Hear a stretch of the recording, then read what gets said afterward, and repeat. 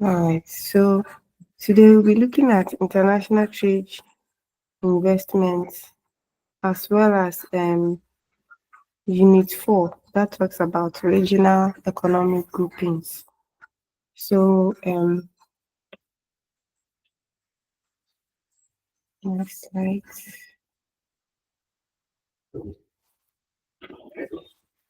So for international trade investments, we look at country-based trade theories, firm-based trade theories, international investments, as well as economic partnership agreements, regional economic groupings, and instrument of trade policy.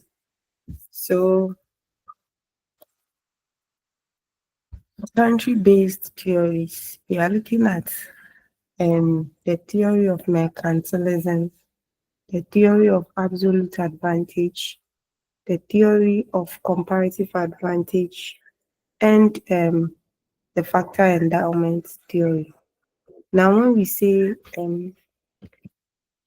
the theory of mercantilism, we are looking at accumulation of wealth by countries. Okay, accumulation of wealth by countries. So the core idea is that nations will accumulate treasure like gold, bauxite, diamond, and then the government will encourage exports and discourage imports. So the exports brings in the gold, and then the imports will drain the gold. So it's talking about the fact that we accumulate wealth based on the minerals or the precious metals that we have, and we will export them to get more money. At the moment we import, it means we are sending out more of our goods in exchange for whatever we are importing. So this particular theory discourages what we call imports. So it was the first theory of international trade, and it is mostly seen at the national level. So for the mercantilism, we say, why do nations trade and how can nations enhance their competitive advantage? It places more emphasis on the role of the states in managing the economy and advocating for positive balance of trade to accumulate wealth. So these are the key aspects of the mercantilism. Export promotion, as I said earlier, it encourages export and discourages imports to achieve a trade surplus. So for if a given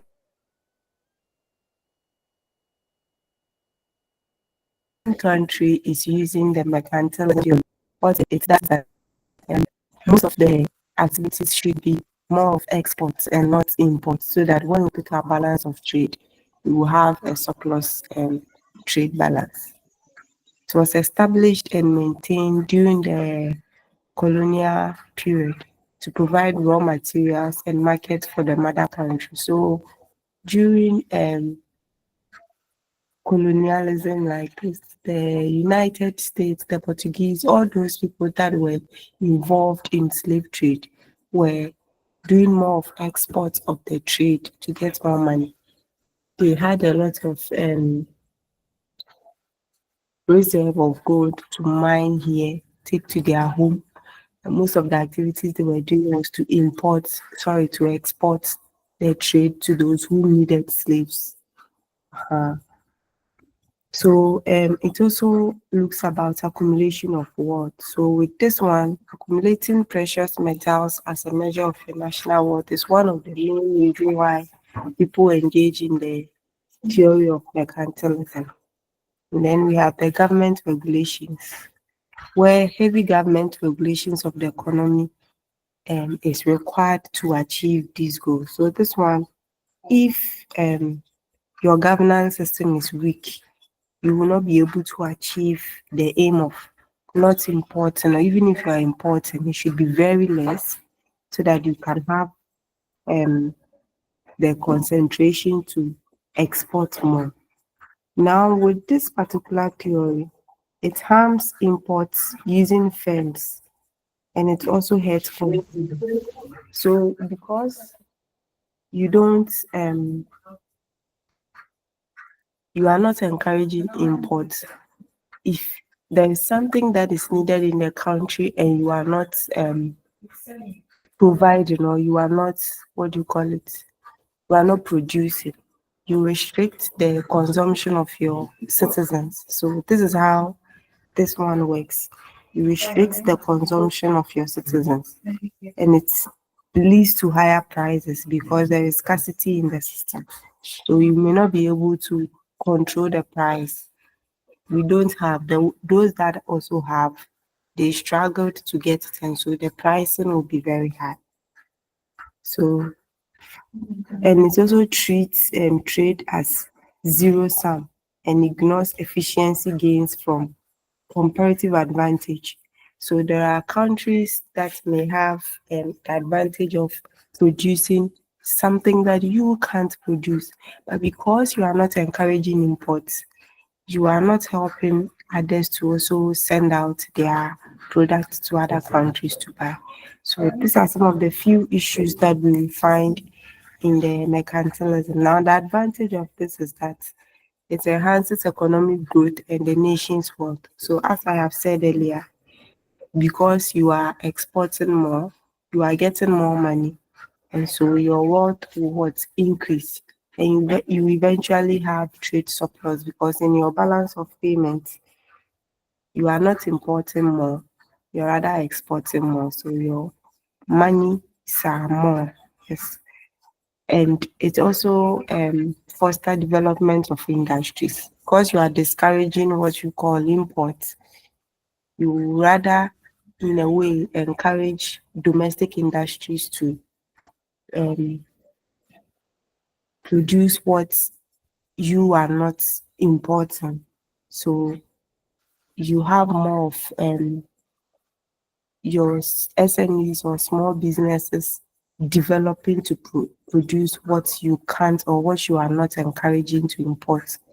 And this protects the country from foreign competition through tariffs and other trade barriers. Because you are not encouraging imports, no foreign country will be willing to import to your what do you call it, to your country. And even if they will be forced to come to the country and come and produce there. If you come there to, like, let's say Ghana is the country that is encouraging this particular economic theory. When you are here and you are producing, because the focus is to um, produce almost everything on our own, the focus of the government is on the domestic industry. So you as a foreign competitor or as a foreign country, you don't really have the backing. Okay, so you struggle with the domestic industries that have all the attention to produce what the nation needs. And this also helps in innovation and productivity. So you stay competitive and increase your exports.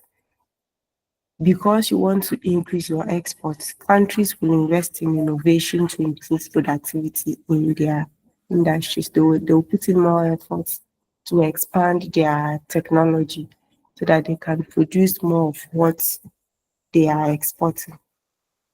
It also expand and control global markets. So what this theory does is that it drives power to establish during the slave trade or colonial era like this, countries that were here colonized and had a lot of power, and they had access to a lot of raw materials from the countries they were colonizing.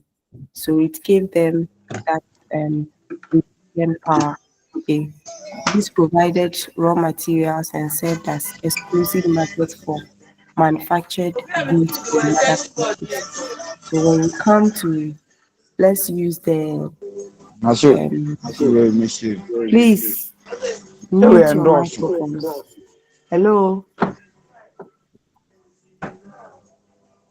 can you mute your microphones?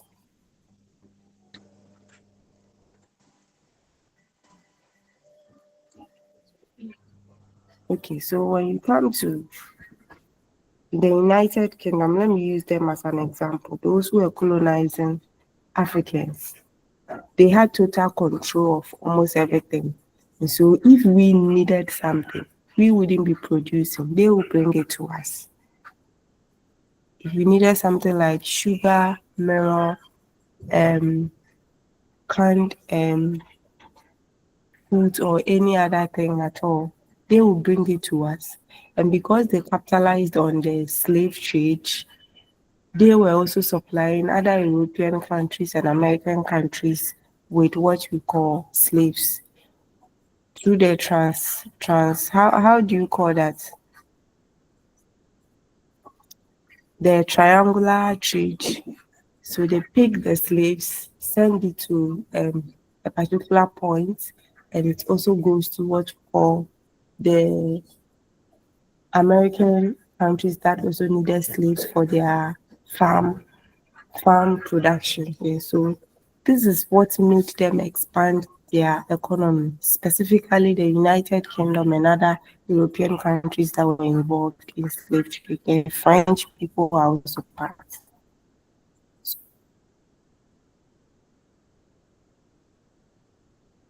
Trade routes and control the colonies. So with the mercantilist nations, they could put significant pressure on the global trade. That's what they were doing. And also national security.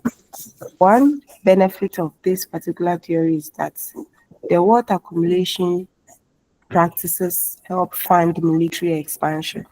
So since they were accumulating more wealth, they had enough money to produce whatever military equipment they needed. So it helped in protecting the trade interests and that of the colonies.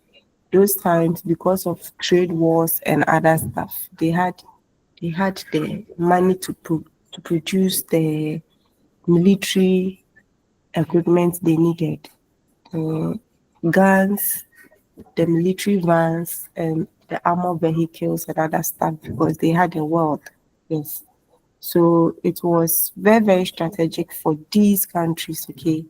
So they have strong economy that allowed them to maintain a powerful military presence, which deterred potential aggressors. So those times, the United Kingdom was one of the powerful countries in the world. They had power over almost every country. When you count the number of countries that these people had power over, you will marvel. Yes, so this is what the mercantilist talks about. And as I explained earlier, it was exploiting the lesser countries that they were most um, ruling over. Okay, they drained them in terms of resources. They had a lot to exploit from these particular countries. Shh, please help me, okay, reduce your consumption. So that's what they did. They kind of exploited the countries that were not having that power. They took a lot of resources from them. Then they also one particular disadvantage of this theory is that it restricts free trade. Okay, it restricts free trade because your laws are to promote what we call um exports. You discourages what we call imports. And as I said earlier, it brings in high tariffs because if you want to bring in your goods, you need to pay a lot. And it leads to higher prices of the goods they will have in their countries. So countries often retaliated against the mercantilist policies with their own protectionist measures, leading to trade wars and economic tension. Then it stifles innovation in colonies. So colonies were often discouraged or prohibited from developing their own industries.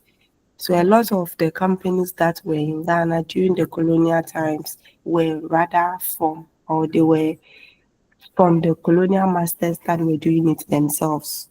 Okay, we were being deterred from having our own developments or having our own industries to produce for ourselves. The colonies became economically dependent on the colonial masters, and it made things difficult for them to develop or diversify their economy. So this is what happens when you use the mercantilism approach. Then we have the resource depletion and environmental damage. They overexploited most of these countries, and it led to a lot of environmental damages. Not just Ghana, India was part, and other heavily resourced countries that were heavily exploited. And currently, they are still exploiting some countries indirectly. So they are having that pressure on their environment and also depleting their resources. And because those times innovations were not so much, and so a lot of the things they were doing were unsustainable, it led to that environmental damage. Yes, and some of these things, it takes a lot of years to recover from these environmental damages. It also puts strain on social and economic activities. So within the mercantilist nations, the benefits were often concentrated among the elites. So in what do you call it? A country that was being colonized, some sections of the country, you will see them as high class people. So during those times, the coastal areas where they lived, if you are in Cape Coast or if you are in Accra or Elmina, where some of these things took place, you would see that even with their buildings, there are there are levels to who stays here and who doesn't stay here. They build nice houses for themselves and the people that give birth to their children, and they were also treated very well compared to the whole environment that they were living in. So there was some form of disparity. You have the high class society and the low class society. Those who have access to this world were enjoying than those who do not or who didn't have the access. So that is what the mercantilist trade theory talks about. And then we have the theory of absolute advantage. The theory of absolute advantage. So with this theory, countries differ in efficiency, or there are differences between the efficiency level of a country. You could be efficient in A, I could be efficient in B.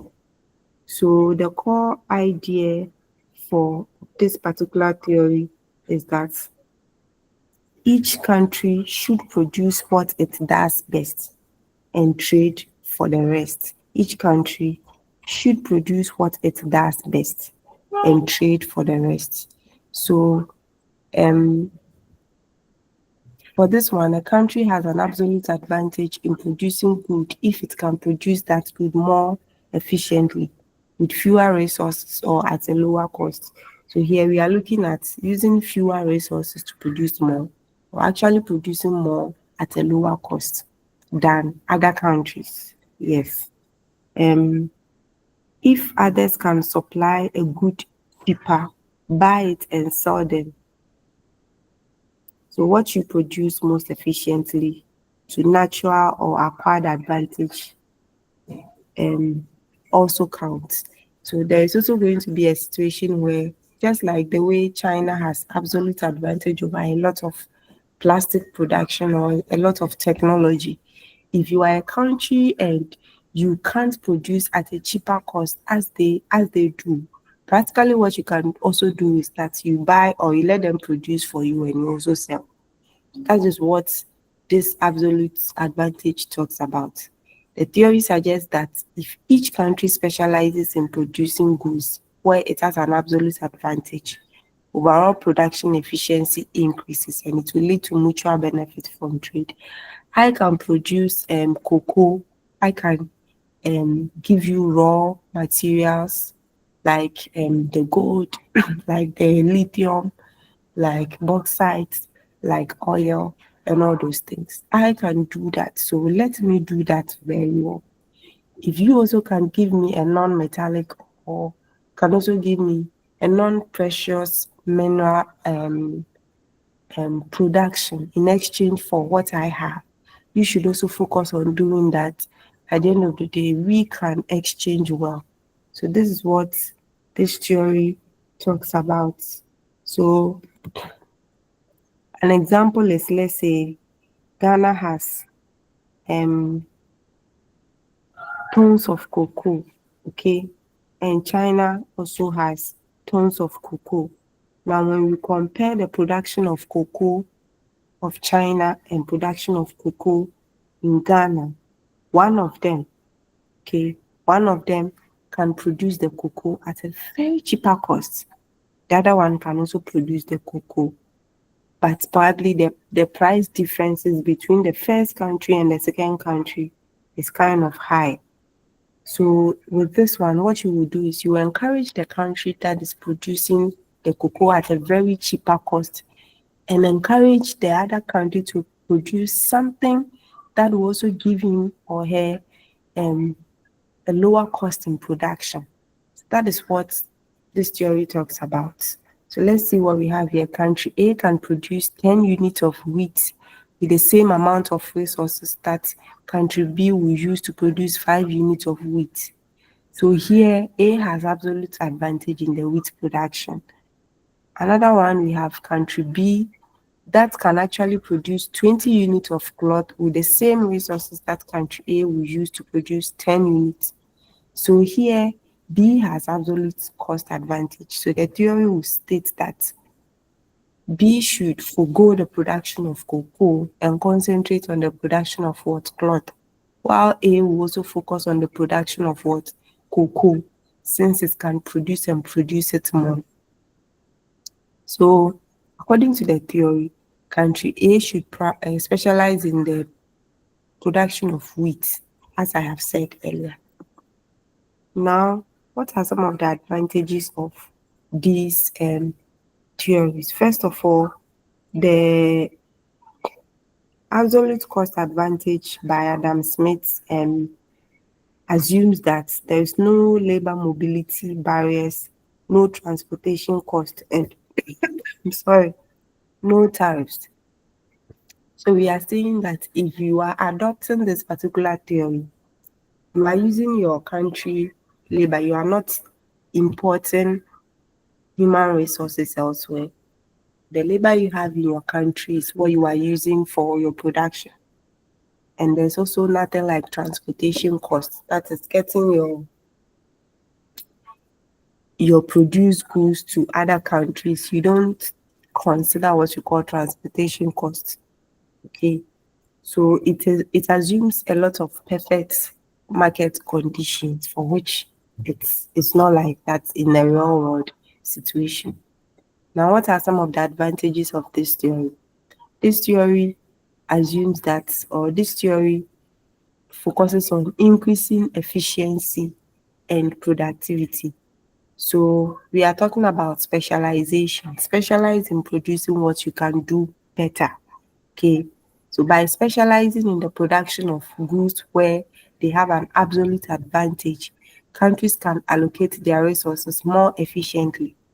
If producing cocoa is cheaper in Ghana than producing cocoa in, let's say, USA or Canada or France, we should put in more effort in producing more of the cocoa, because a lot of countries would also need the cocoa for production of whatever they want to produce. So at the end of the day, we specialize in that and export, whilst other countries also specialize in something that we also can't produce efficiently. So this leads to increased overall productivity and output among countries. So here, the main focus is resource optimization. You optimize the use of your labor, your land, and your capital to effectively and efficiently produce quality goods. And this will reduce what we call waste and also reduce pollution. So this will also reduce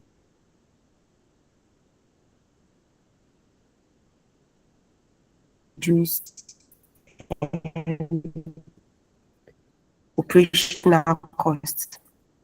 There is also mutual gains from this trade. If you are picking Ghana, let's say Ghana can produce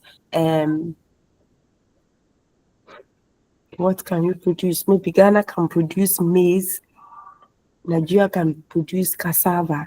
So the two of us who can produce, so both of us can produce maize and cassava. But let's say Ghana produces maize efficiently than the production of cassava.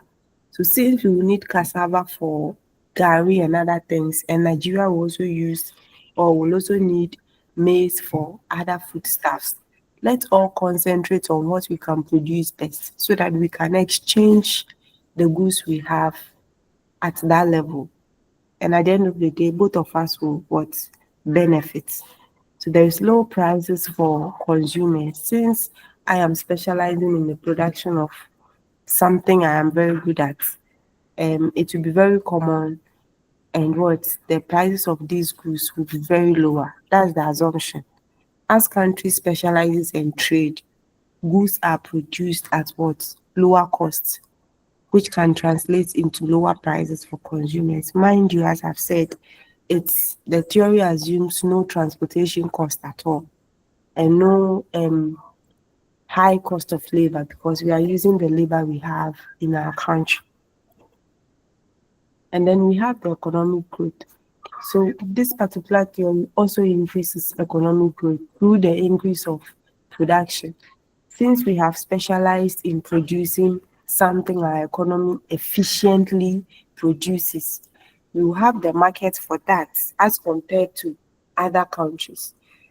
At the global level, we will have the market because each and everyone knows that Ghana is good at producing this. And so our economy expands because we have a lot of sales, okay, through higher levels of production. You get a lot of money. So as countries focuses on industries where they have an advantage, employment opportunities in these industries can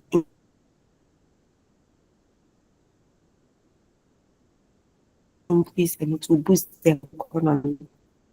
It also encourages innovation, especially improvement in production processes. They are doing one thing almost every time.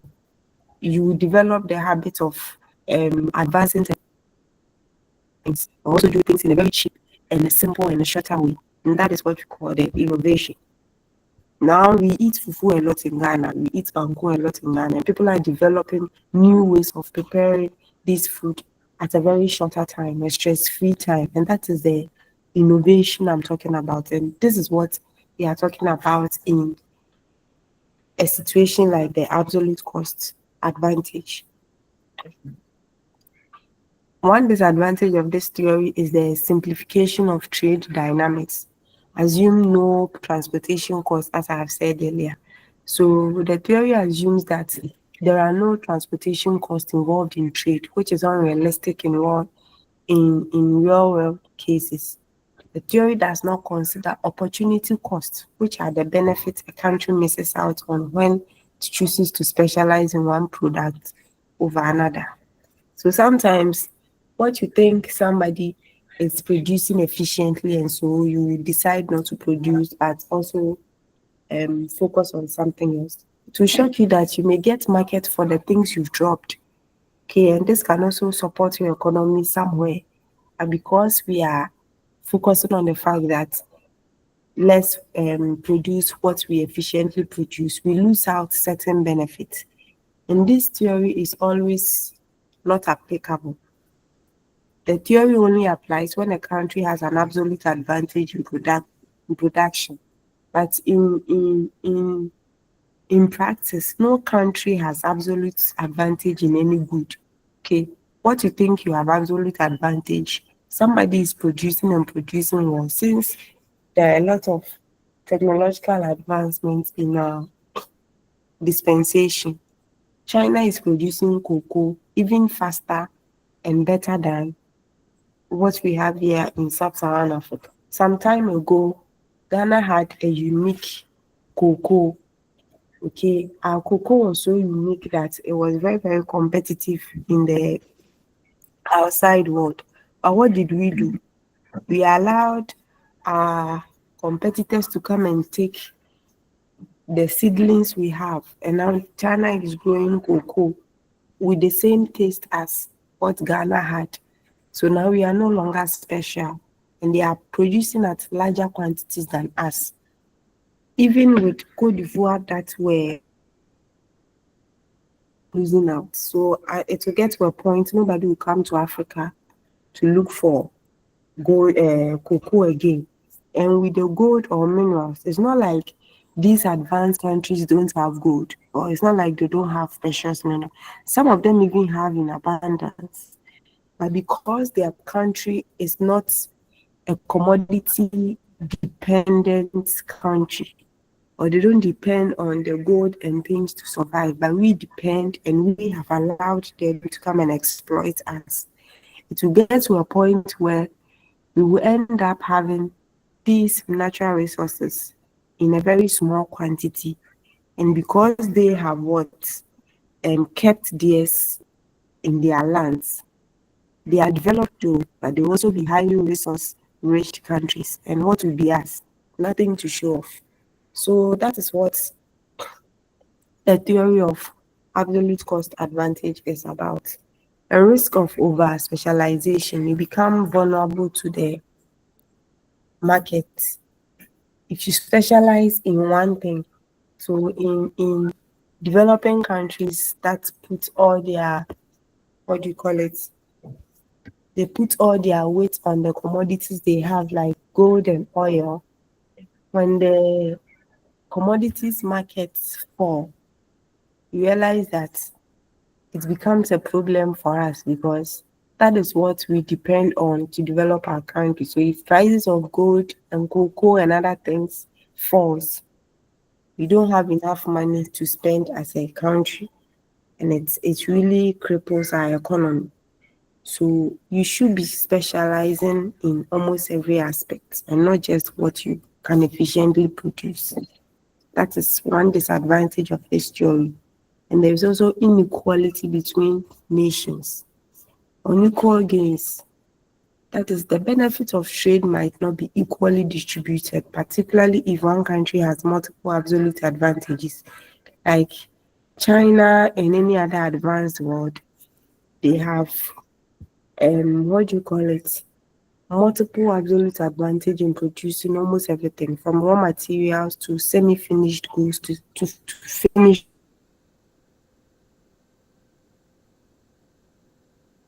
goods. When you come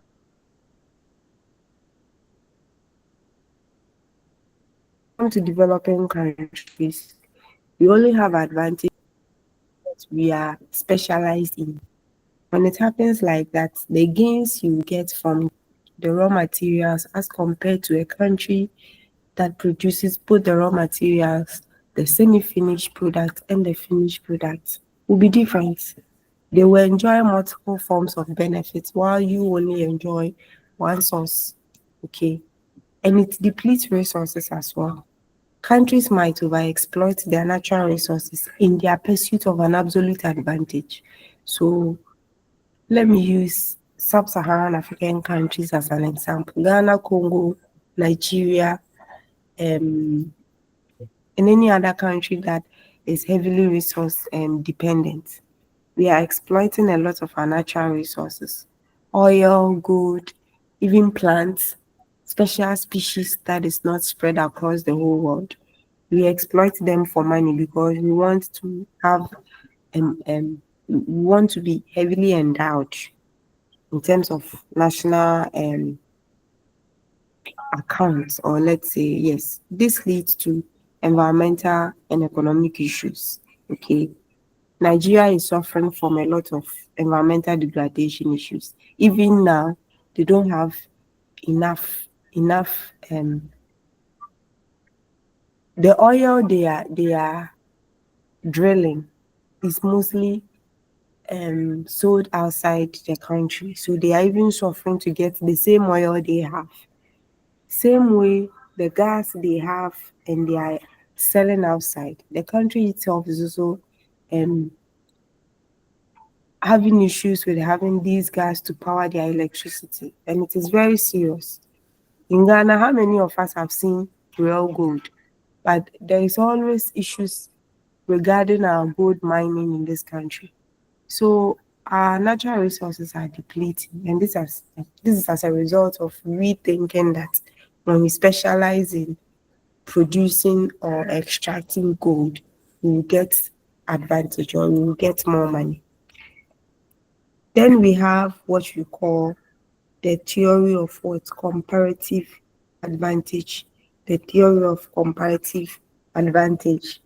So um, it explains how and why countries or individuals benefit from trade by specializing in the production of goods or services where they have comparative advantage, even if one country is more efficient in producing all goods.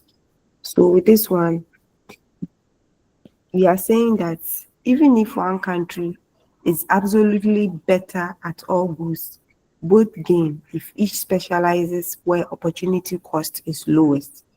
So here, the principle is that for the first one, we are looking at absolute advantage, which refers to a situation where a country or individual can produce more of a good or services with the same resources compared to the other. But for the comparative advantage, we are looking at when a country or individual can produce a good or service at lower opportunity cost than the other. So we are not looking at absolute cost, we are looking at lower opportunity cost. So the theory argues that if one country has an absolute advantage in producing all goods, there can still be mutual benefit from trade. There can still be what? Mutual benefits from trade. So the key principle here is opportunity cost. The opportunity cost of producing a good is what is foregone in terms of the production of another good. So comparative advantage is determined by comparing these opportunity costs across countries or individuals. So according to the theory, countries should specialize in the production of goods where they have a comparative advantage and trade for goods where they have a comparative disadvantage. This specialization allows for more efficient production and maximizes output. So what does this tell us? Specialization can reduce opportunity costs and create economies of scale. What matters is what? Relative efficiency. Also, country-specific advantage can be inherited. So like labor, like climate, like land, like oil, or acquired. When you go to Japan like this, they have heavy investments that can create an advantage for them. Looking at where they are, they have invested in a lot of things from human resources, from infrastructure, from a lot. They have a heavy economy that is highly invested. So if you want to produce anything at all, if you compare the production of certain goods in Japan and the production of certain goods in, let's say, Europe, you realize that Japan has a comparative advantage in producing. So here we are not looking at absolute cost, we are looking at comparative advantage. Compare me, the two of us have absolute cost advantage in producing similar goods. But compare my advantage to your advantage, you realize that I have the highest comparative advantage. So actually leave me to produce those things. Okay. So according to the theory, countries should specialize in production of goods where they have comparative advantage and trade for goods where they have comparative disadvantage. So let's look at this example. Suppose country A is better at producing both wine and cloth than country B. So I have wine and cloth. Here you are not looking at just one good. You are looking at multiple goods where I can better produce or produce them well, wine and cloth, than country B. However, country A has comparative advantage in producing wine because the opportunity cost of producing wine is lower than that of producing cloth. So country B has a comparative advantage in producing cloth because it sacrifices less wine production when it produces cloth. So according to this particular theory, country A should specialize in the wine and country B should specialize in the cloth, and they should trade with each other to maximize their combined outputs. The implication is that the theory of comparative advantage provides a strong argument for free trade and globalization. So when you come to Europe, there are countries that have lesser opportunity cost in foregoing the production of something for the other. And so they trade freely among themselves. Since England, let's say, can produce something special at an opportunity cost, though they can produce almost everything. Like there are some that if you forgo to produce this, you benefit more than combining both. Let me substitute it for what Germany can produce for me. So Germany will give me the thing I have forgone, and then Germany also gets the goods that they also forgo for England to produce. So it suggests that trade can benefit all parties involved, leading to greater economic efficiency, higher levels of production, and increased overall wealth. We are trying to have that economic integration here in Africa. So if you heard something like African Free Trade, Continental, whatever, the whole point is that some African countries comparatively produces certain goods better than the other countries. So when we have this trade agreement, we can freely trade among ourselves and take advantage of whatever any of us comparatively produces well. One critique about this particular theory is that it also assumes no transportation cost, just as the absolute cost advantage. So the theory assumes that there are no costs associated with transporting goods between countries. This implies that goods can be traded freely across borders without any additional expenses, and which is not so. In reality, transportation costs can be significant, especially for bulky, heavy, or perishable goods. These costs can affect the profitability of the trade and might reduce or even negate the advantages of specialization in trade predicted by the theory. So, for instance, if transportation costs are too high, it may not be economically good for a country to import goods, even if another country has a comparative advantage to produce.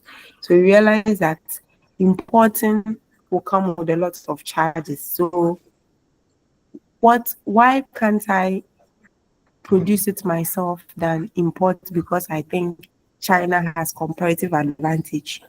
Yes. And it also assumes perfect competition. The theory assumes that markets are perfectly competitive, meaning there are many buyers and sellers. No single entity has the power to influence price, and all participants have full information about the markets. That is not the case. Some people control the international markets. A lot of countries are superior and they control the international markets. So markets are often imperfectly competitive.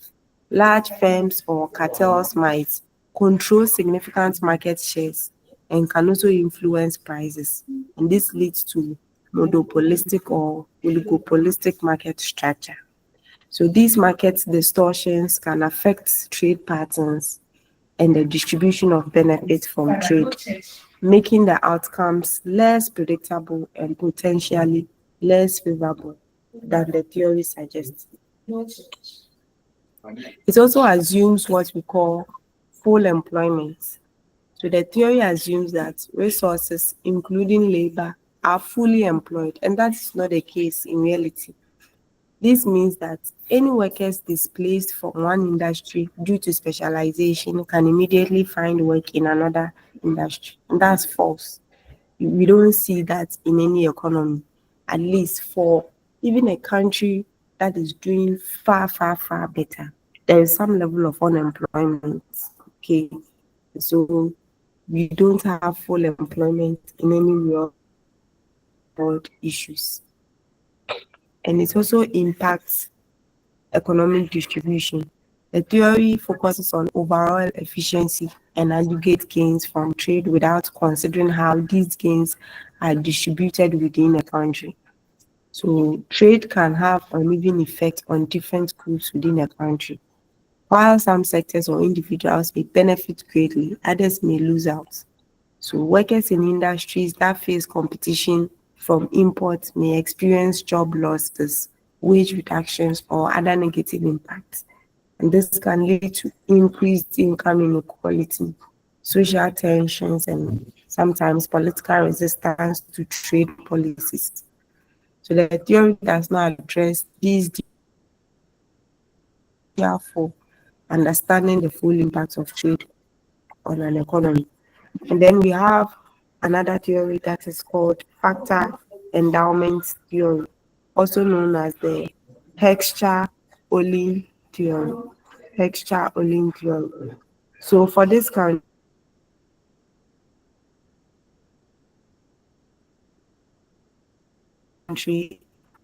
it states that countries export goods that use their abundant factors than to produce something and export. Okay, so labor intensive goods for labor abundant countries and capital intensive goods for capital abundant countries. So the theory explains international trade patterns based on countries' relative endowment of production factors, so land, labor, and capital. It predicts that countries will export goods that intensively use the factors of production they have in abundance and import goods that requires factors that are relatively scarce. Okay, so the key principles here is that factor endowments. Countries differ in their endowment of production. Maybe when you come to Ghana, we have more land resources than labor resources. So a country with an abundance of capital relative to labor will specialize in capital intensive goods because that is what I have more. While country with abundant labor will specialize in labor intensive goods because that is what I also have the more. There is also production and trade pattern. The theory suggests that trade between countries is driven by differences in factor endowment. A country will export goods that use its abundant factors intensively and import goods that require factors it lacks. So, an example is Germany. A capital rich country like Germany would export machinery and import textiles. That is labor intensive from a labor abundant country like Bangladesh. So, this is how this, um, what do you call it? This theory works. And it also factors price equalization. So the theory predicts that international trade will lead to the equalization of factor prices like wage for labor and returns on capital across countries. So as countries trade, the demand for abundant factors will rise, increasing their price, while the demand for scarce factors will fall, lowering their prices. So let's take this example. Country A has abundance of capital while country B has an abundance of labor. So according to the theory, country A would specialize in and export capital intensive goods like cars, while country B would specialize and export in labor intensive goods like textiles. It would be services as well. Like you have more um, health personnel or teachers or accountants or anything that requires the skills because you have a lot of them. So through trade, both countries can consume or like they can have diverse range of goods that they can produce on their own. So that is what this particular theory talks about. Now, for the implication, the factor endowment trade supports the idea that Trade is beneficial by allowing countries to take advantage of what specific resources they can produce. It also suggests that trade can lead to more efficient global production and better allocation of resources. One of the weaknesses for this particular theory is that um, same technology assumption, okay? The theory assumes that all countries have access to the same technology, meaning they can produce goods using the same production process if they had the same factor endowment. So it is trying to say that because I don't have capital, that is why I am focusing on labor intensive production. But if I had the capital, I could be producing same goods like what you are producing, and that's not the case. It doesn't work like that. In reality, technological differences can play significant roles in determining trade patterns. A country with superior technology may produce goods more efficiently than another country with the same factor endowment, leading to trade patterns that differ from those predicted by the theory. In as much as we have the same technology, one can be advanced than me, or in as much as we all have qualified human resources. Some human resources that I have could be more skilled or highly skilled than yours, and this contributes to the production factors. I will end up producing more because my labor is highly skilled, or they are more innovative than yours, though we all have the same number of labor. And here it also assumes factor mobility. The theory assumes that factors of production, that is land, labor, capital, entrepreneurs, all those things, are mobile within countries, but not between countries. So it assumes that within my country, I can move all these factors of production, but taking it outside my country is not common, or is not we don't have it like that. So this means that workers and capital can really between industries within a country. I cannot move across borders. In reality, it doesn't happen like that. Capital in particular can flow between countries in the form of FDI, in the form of labor migration, in the form of almost everything. Okay, we have nurses migrating from here to countries that need a lot of health personnel. We also have people bringing in more money to support our businesses. These movements can alter trade patterns and factor prices in ways that the theory does not account for. This one also assumes no transportation costs, which doesn't happen in real life. And also, demand for products are practically not the same. Okay. The theory largely focuses on supply side factors. Like I can supply you with products that I have more factor endowment. It also assumes that demand for goods is similar across countries. In as much as you have more people in the health sector, it doesn't mean I need people in the health sector in my country. So if you have it more, you are not guaranteed that I will be needing your health personnel. Okay. But the theory assumes that since I have practically endowed in this particular factor of production, I have the markets, or I'll have the markets. It doesn't happen like that in reality. Demand for goods differ differently or significantly between countries. Today I may be needing this, tomorrow I may not need this. Now that robots are taking over, to get to a point, we may not necessarily need a physical doctor. So I remember I went for a program where the speaker gave an example of a country in Australia that's only the driver is the human being there. From the CEO to the last person, everyone is robots and they are working. So if you need something, that is when the driver will come. Then obviously within some, I don't know the status of the business now, because now we have cars that do not need drivers. Okay, so this is where demand is moving towards. It also impacts income distribution just like others. Trade can have uneven effect within a country, and it will benefit some groups while it harms others. So, for example, trade may increase demand for abundant factors, raising returns to capital owners while reducing demand for the scarce factor labor. Yeah, so these are some of the issues in the country-based theories. So international trade should be encouraged as there are possible gains from trade.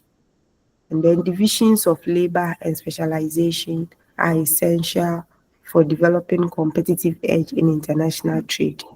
Also, trade can still go on if a country possesses absolute advantage in both products it produces and vice versa, thanks to the theory of comparative advantage. So, what have we learned from these country based theories? So, we have realized that the theories we have mentioned failed to account for factors that make trade complex, such as high transportation costs, government restrictions, difficulty or inability to trade in some specific services, such as banking and retailing, large scale production in certain industries, as well as traded goods that are not commodities. Okay, traded goods that are not commodities. Customers have strong brand preferences and desire unique features. So the theories we have mentioned, most of them fall short of these things that we have mentioned here. Now we go to the firm-based trade theories. Firm-based trade theories. So the initial theories I spoke about were country-based trade theories. We are looking at firm-based trade theories. And one of the firm-based trade theories is the international product life cycle theory. International product life cycle theory. So this theory focuses on how a product production location and export patterns shift as it moves through its life cycle. You know, we have stages of every product. We have the introduction stage, the growth stage, the maturity stage, and the declining stage. Okay. So it is particularly relevant for understanding the dynamics of trade in innovative products and the global spread of technology. So the international product life cycle was propounded by that trade was propounded by Vernon 1966. So it talks about new products with new know-how starts at the parent firm. Then it will spread to foreign subsidiaries and ultimately the lowest cost locations. It also explains why nations' exports can later become its imports. Okay. How a nation's exports can later become its imports. So the key tenet of this theory is that technology drives new products, and market size or structure also shape the trade. So a new product is introduced in the home country. That's the introduction stage. A new product is introduced in the home country, typically a developed nation, where there is high income, advanced technology, and a demand for innovative goods. Production is concentrated in the home country due to the need for close communication between the market and production facilities. And because the product is often under-standardized, it required flexible manufacturing. So let's take the Tesla or no, the Starlink, for example. It didn't start in Africa. It started from the home country where it is coming from, that is the United States. And because the manufacturer is close to whatever input or whatever, yeah, the money, whatever input it has, um it needs to start from, or it needs to be introduced in the United States. Okay. and have that close communication between market and production facilities. So they will give him the feedback on the Starlink network. And then we have the growth stage. As the product gains acceptance, demand grows in the home country and then it starts to expand to other countries. The firm begins exporting the product to different markets. So maybe Canada, maybe the US, some parts of Europe, or any other advanced country. So production may begin to shift to other developed countries to meet growing demand and reduce transportation costs. However, the home country remains the primary production center. And then we have the maturity stage. The product becomes standardized and production processes are optimized. Demand stabilizes in developed countries but starts to grow in developing countries. Now we have Starlink here, it is gaining that particular recognition. So to take advantage of lower labor costs, production will shift to the developing countries because now it has now been standardized in the developed countries. Labor will start asking for huge sum of money for compensation. No new um little to no new um market or something because you've already established yourself there. So now the attention is coming to the developing countries. So the original innovating country may begin to import the product from these countries as it focuses on newer innovations. So whilst it is gaining new markets here, we may start producing Starlink here, somewhere here in Africa.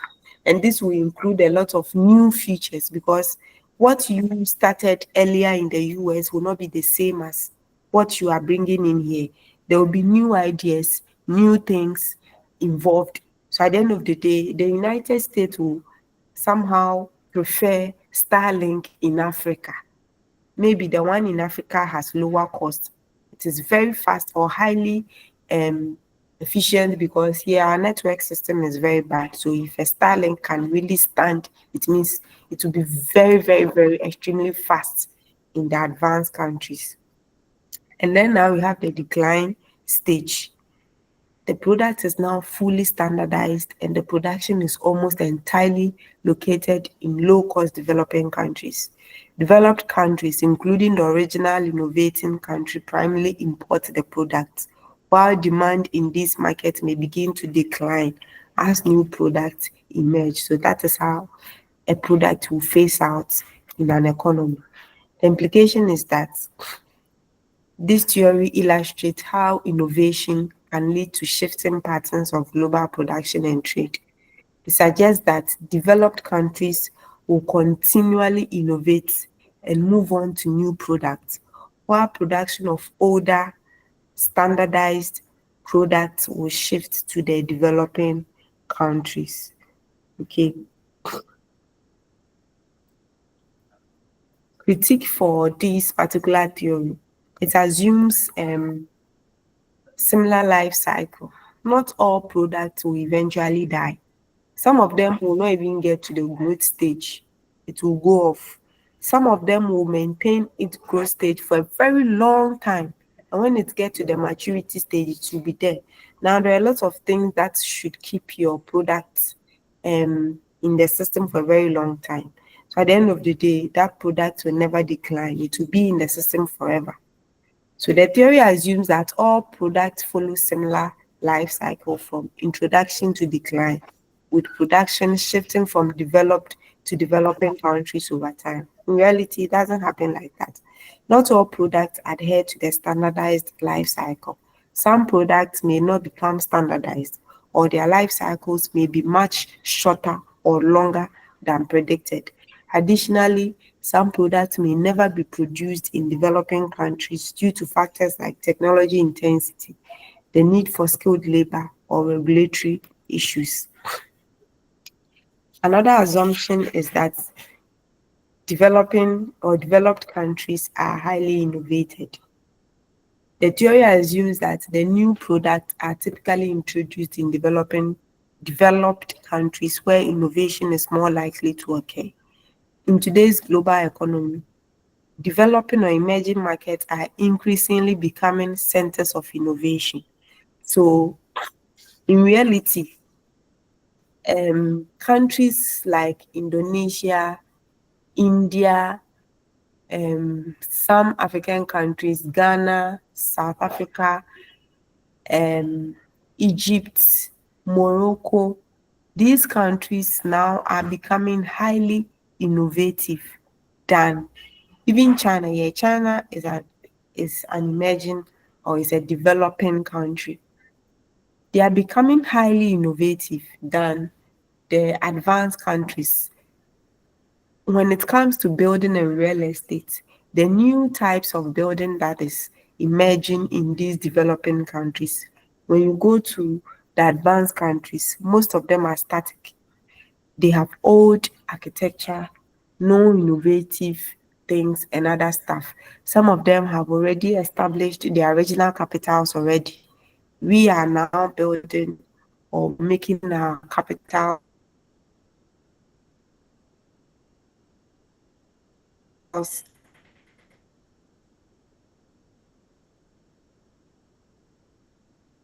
cities based China and India are not only large producers but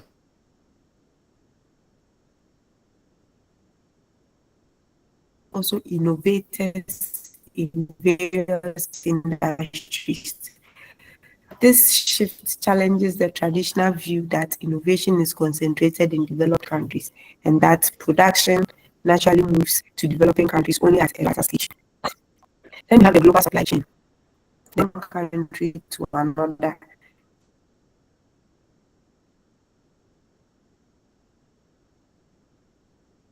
in a linear fashion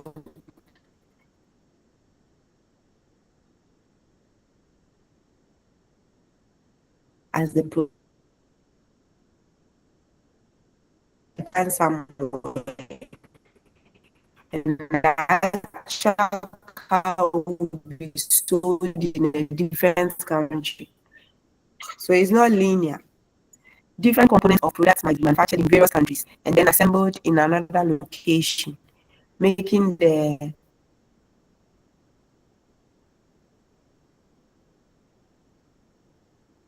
international products life cycle linear production shifts less applicable. Okay, so Ghana has assembly lines, I think, to it also. And other we have to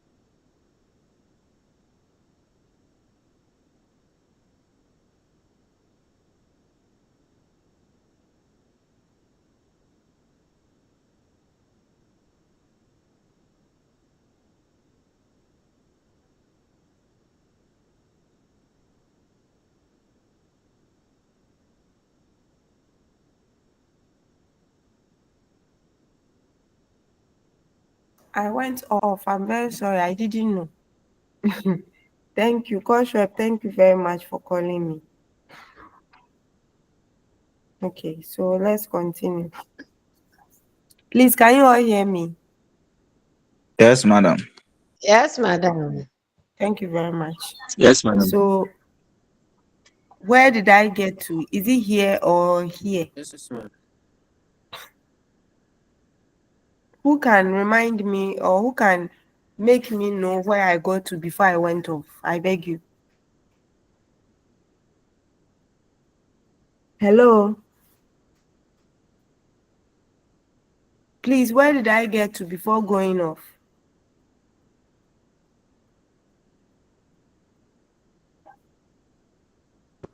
Madam, you go to global supply chain under the assumption and the relief. Global supply chain. Okay.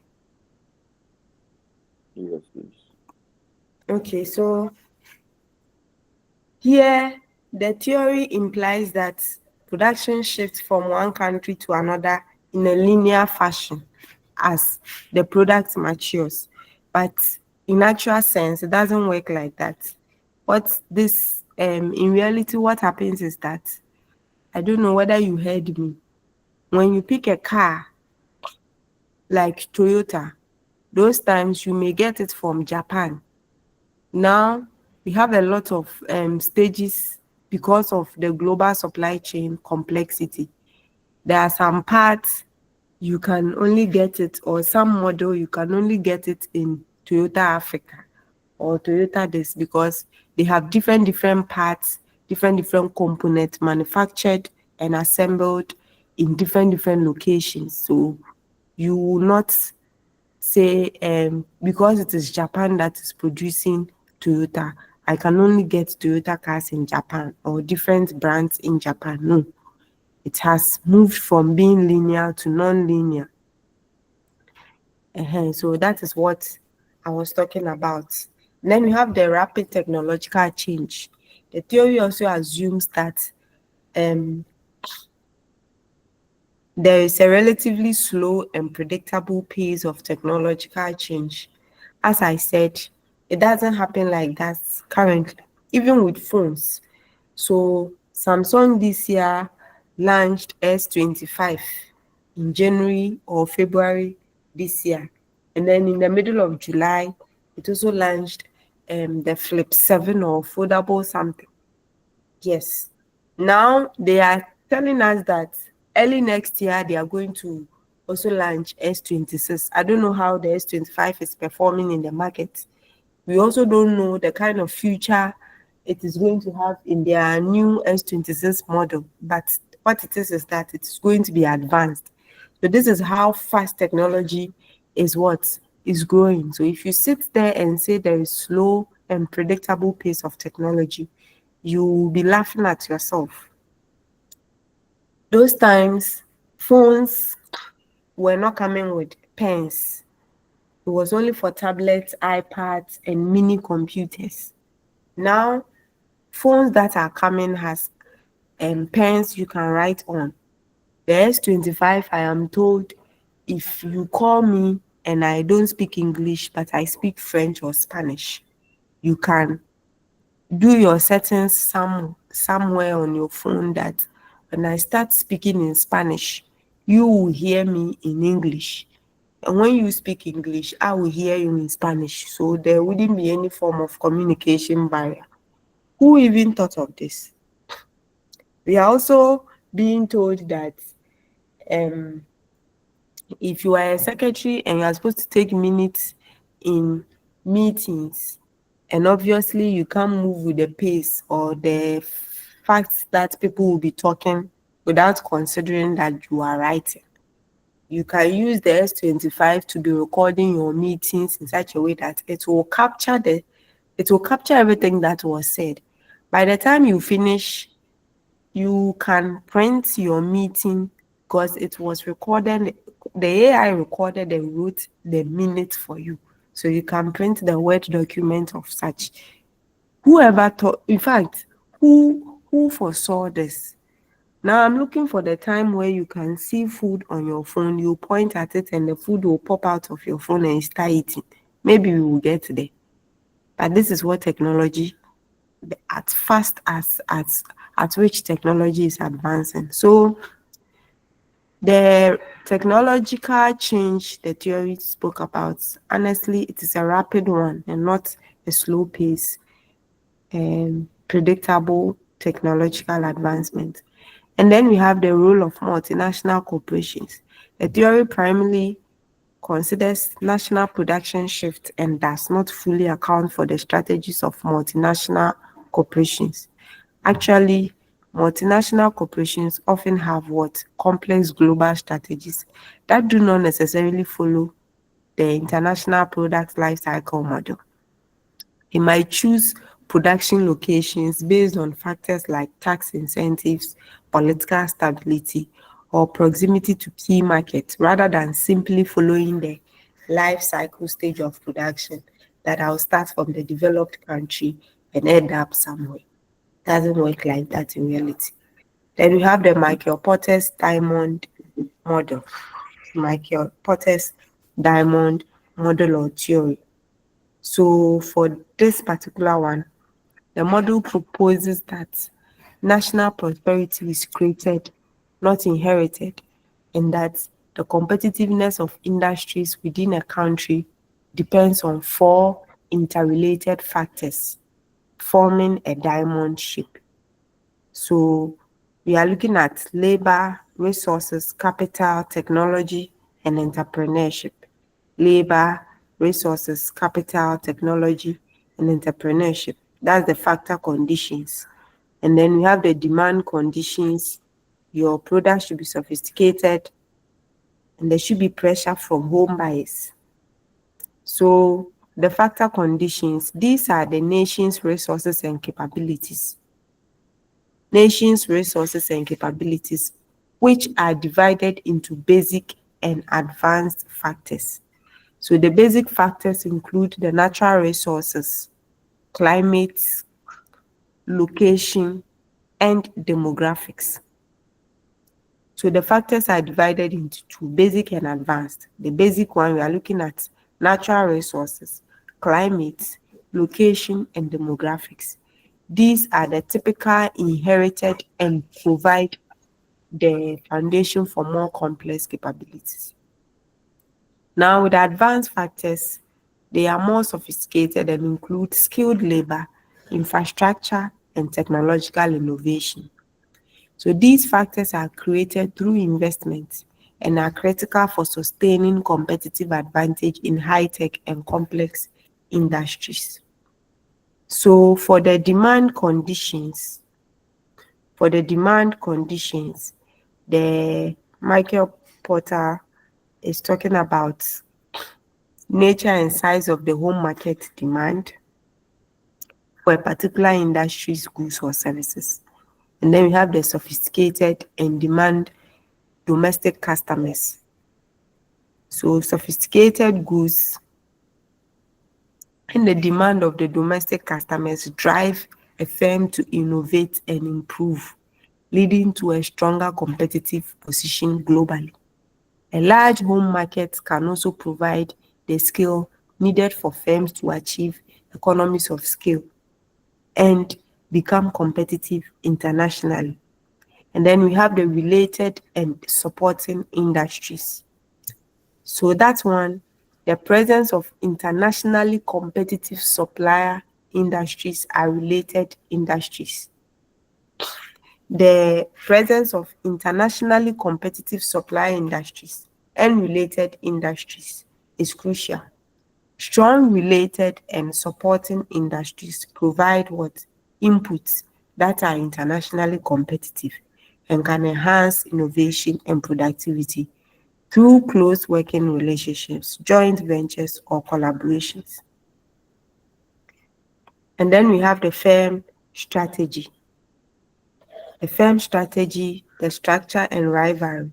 So here, domestic competitions breeds innovation. The, com- the component of this one is examining how firms are created, organized, and managed, as well as the nature of their domestic competition. When you have an intense domestic rivalry, It forces companies to be more competitive, innovative, and efficient. So the strategies and structures adopted by firms influence the national culture, influenced by the national culture and conditions, can also determine the ability of companies to achieve sustained competitive advantage. So the four diamond, one is what? The factor condition. Second, demand condition. Third, related and supporting industry. And then the fourth one is what? The firm strategy, structure, and rivalry. So when you come to example, when you go to China, they have low cost labor, educated and low cost labor actually. China has highly educated and low cost labor. So they produce what? Let's assume they produce laptops. And then an example is what? Japan having climate and density. They have nice climate. They are highly dense, okay, and they have higher demand. So they have what? Superior compact air conditioners because of their climate issues. And then the global cluster, we are talking about Silicon Valley that produces software, Switzerland that is very good with pharmaceutical activities, and then there's a Bangalore or whatever that produces IT, Northern Italy, more of fashion, then Pusan, we are looking at footwears. So with these examples I have mentioned, one implications of the Potter's diamond is that certain industries in some countries are more competitive internationally. It highlights the importance of favorable domestic environment, not just natural resources, in building and sustaining global competitive advantage. Advantage or a disadvantage of this theory is that the Potter's model assumes equal importance of factors. So the model assumes that all four components of the diamond, that is the factor conditions, the demand conditions, related and supporting industries, and firm strategy, structure, and rivalry, are equally important in determining national competitive advantage. You should have the factors, the basic one and the advanced one. You should have the demand conditions. There should be um, domestic demand, and you should also have that sophisticated product. There should be related and supporting industries from raw material supply to retailing, or to the, what do you call it, the last user of your product, and also firm strategy, structure, and rivalry. It is talking about the fact that all these things here should have equal importance in determining national competitive advantage. But in reality, the relative importance of these factors can vary depending on the industry or the specific context of a country. So, for example, in resource-rich countries, basic factors conditions might play more dominant role in certain industries, while in high-tech industries, advanced factors and innovation may be more critical. So they don't have uniform what importance. It also focuses on domestic context. The model primarily focuses on the domestic environment of a nation as the key determinant of its international competitiveness. In reality, the globalized economy, international factors such as global supply chains, multinational corporations, and international trade agreements play a significant role in shaping the competitive advantage of industries. Porter's model may underemphasize these global influences, which can be crucial for many industries today. So, its applicability in small or developing nations. The model is often applied to large developed nations with the resources and capabilities to develop advanced factors and compete globally. In reality, small or developing nations may find it difficult to apply the Potter's model directly. as they may lack the resources to develop advanced or sophisticated factors or the scale of domestic demand to drive innovation. For some of these countries, external factors such as foreign direct investment or participation in regional trade blocs may be more important for building competitive industries. It also neglects governance or government and chance. The Porter's diamond acknowledge the role of government and chance, unexpected events here, like unforeseen circumstances in influencing national competitiveness. These factors are not fully integrated into the diamond model. It talks about it, but they are not part of. So for the four factors I mentioned, there was nothing like governance policies, or there was nothing like disasters, natural resource disasters, or unexpected events like what do you call it, political wars and other things. In reality, government policies such as education, infrastructure development, and trade regulations can have significant impacts on the factors within the diamond. Similarly, chance events like technological breakthroughs or geopolitical shifts can alter competitive dynamics. The model's limited focus on these elements may overlook important aspects of how competitive advantage is built or lost. Then we have the dynamic nature of industries. The model assumes a relatively static environment where the competitive advantage of nations and industries is determined by the four diamond factors. But in reality, countries and markets are highly dynamic with rapid changes in technology, consumer preferences, and global economic conditions. Porter's model may not fully capture fluid and evolving nature of international competition, where the ability to adapt and innovate continuously is crucial. And then we also have the country similarity theory by Linda 1961. The Linda is not the normal Linda, it is Linder. So this particular theory states that trade in manufactures flows between countries with similar consumer preference and income levels. So firms first sell at home, then export to similar markets. So that's the intra-industry trade. So key concepts here is that similar demand pattern, countries with similar income levels, consumer preference and standards of living are more likely to develop trade similar goods.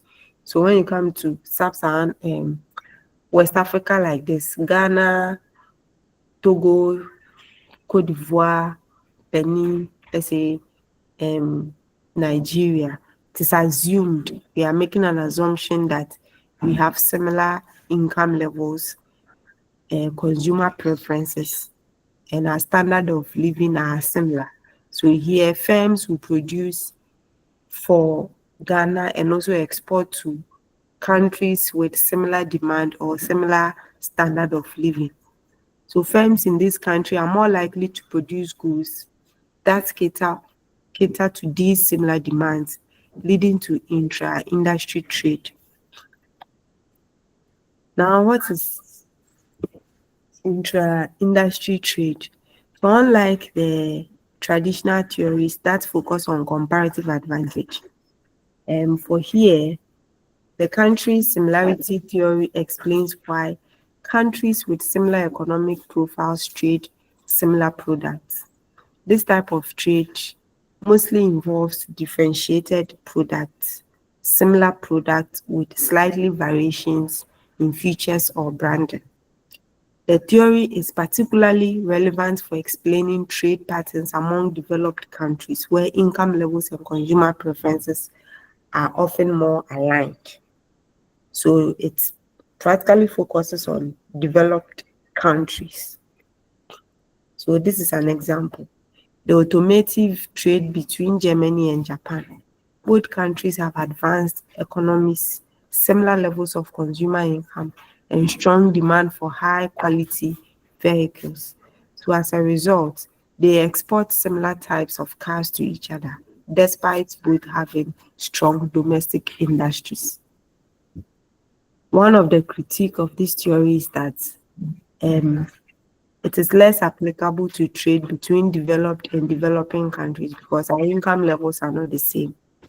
Where difference in income levels and consumer preferences are more pronounced, or they are, you could see that for developing countries, our GNI per capita, we are looking at $13,935. That is, any country that is seen as a developed country should have a GNI per capita. When you move to the advanced countries, we are looking at something higher than that. How many Ghanaians have 13,935 US dollars in their accounts? But you go to advanced countries, they don't even look at such an amount for anything. Okay. It also assumes that countries with similar demand pattern will also have similar production capabilities, which may not always be the case. Okay, due to what we call the factors of production available for these particular countries. The theory does not fully account for the role of multinational corporations, global supply chain, and other modern factors influencing trade. And then we also have the global strategic rivalry theory. Global strategic rivalry theory. So this one, multinationals seek sustainable advantage like research and development, IPs and scale, and they react to rivals move across markets. So their rivalry shapes the trade pattern. So the theory emphasizes the role of strategic interactions among firms and the impact of government policies and market structures on competition. The key concept is that firms compete not only on the basis of prices and product quality, but also through strategic actions such as innovation, marketing, and influencing government policies. This behavior includes tactics like aggressive pricing, investment in research and development, and leveraging economies of scale to gain competitive advantage. It also assumes oligopolistic competition. The theory is particularly relevant in markets characterized by oligopoly, where a few firms have significant market power and their competitive actions impact one another. Firms in oligopolistic markets engage strategic rivalries, which their decisions influenced by the anticipated reactions of their competitors. Then we also have government policies playing a role in the global strategic rivalry theory. Government interventions such as trade policies, subsidies, and regulations play crucial role in shaping the competitive dynamics of global markets. Firms may use political strategies to influence government policies in their favor, which will enhance their global competitiveness. And then we also have the innovation and investment. Firms invest heavily in innovation and technology to stay ahead of competitors.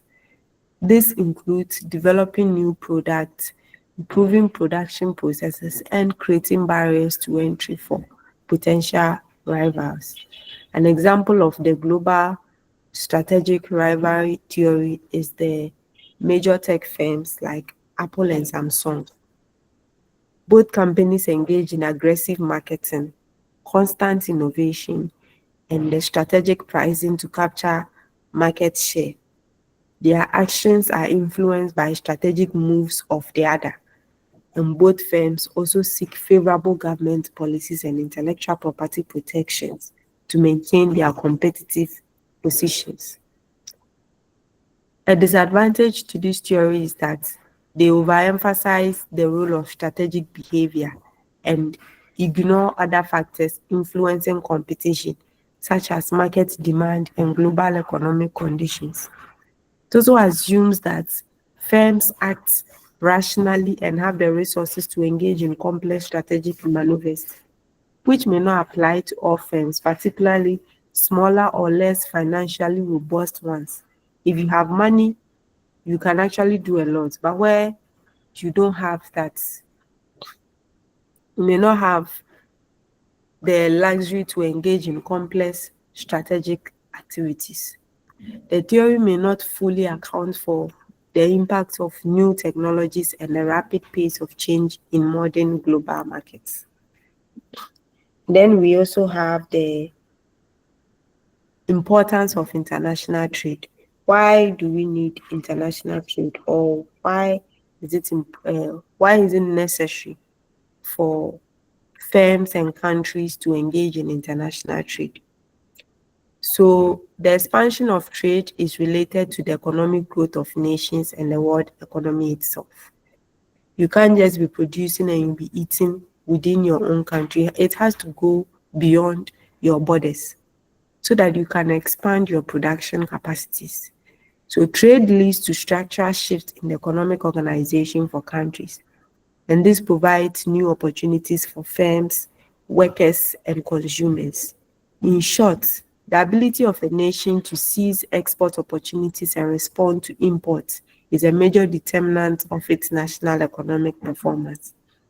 International trade also leads to other modes of international operations like joint ventures, foreign direct investment, and licensing. It is important for nations, individuals, and firms to also understand the basis of trade. Everyone has a stake in the world trade. So it is important, or it is necessary, to respond constructively, not destructively, to changes in the world's trade environment. Now, international trade is divided into two types. We have the foreign portfolio investment and the foreign direct investment. Foreign portfolio investment and the foreign direct investment. Two types of what? International investments. Now, for the portfolio investment, it involves the purchase of foreign financial assets like stocks, bonds, and certificates of deposit for a purpose other than control. This type of investment represents passive holdings of securities such as foreign stock, foreign bonds, or other financial assets, none of which entails active management or control of the securities issuer by the investor. Just like you buy shares, you buy bonds domestically, you have the asset or you are making that investment. You are not involved in the active management of these assets that you have bought, or you don't control these assets that you have bought. You just have what? The holdings of that particular security. The foreign portfolio investments are motivated by attempts to seek an attractive rate of return as well as risk reduction that comes from geographically diversifying one's investment portfolio. So you have money, you want to diversify your portfolio, so you will reduce the risk associated with investment. So what it is that you purchase foreign financial assets, and because you've bought one or two or three different forms of these assets, your risk is diversified, or it is shared among all the assets you have bought. So let's say Zoom Lion will buy the British gas shares it will buy the British gas shares to raise portfolio returns. Or let's say Multimedia Ghana will buy maybe shares in, is it Canal Plus or something? Or it will buy shares in company outside Ghana, and then it will have the returns. So the returns is what they will use for their operations to sustain or to survive. You not buy just one or two, you buy multiple portfolio outside, like multiple assets. You invest in multiple financial instruments outside the country. So with this investment, the Ghanaian company is trying to raise the rate of return on his or its assets portfolio rather than control the UK company's decision making.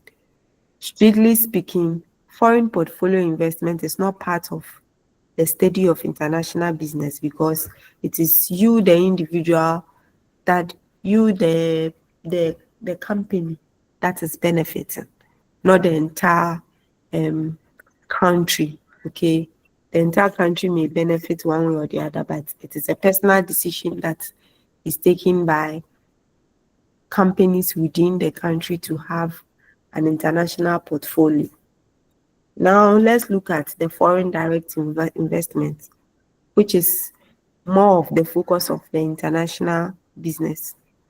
The international investment theory is also alternatively called foreign direct investment theory. There is no one definition of FDI, but the classical one defines it as company from one country making a physical investment into building a factory in another country.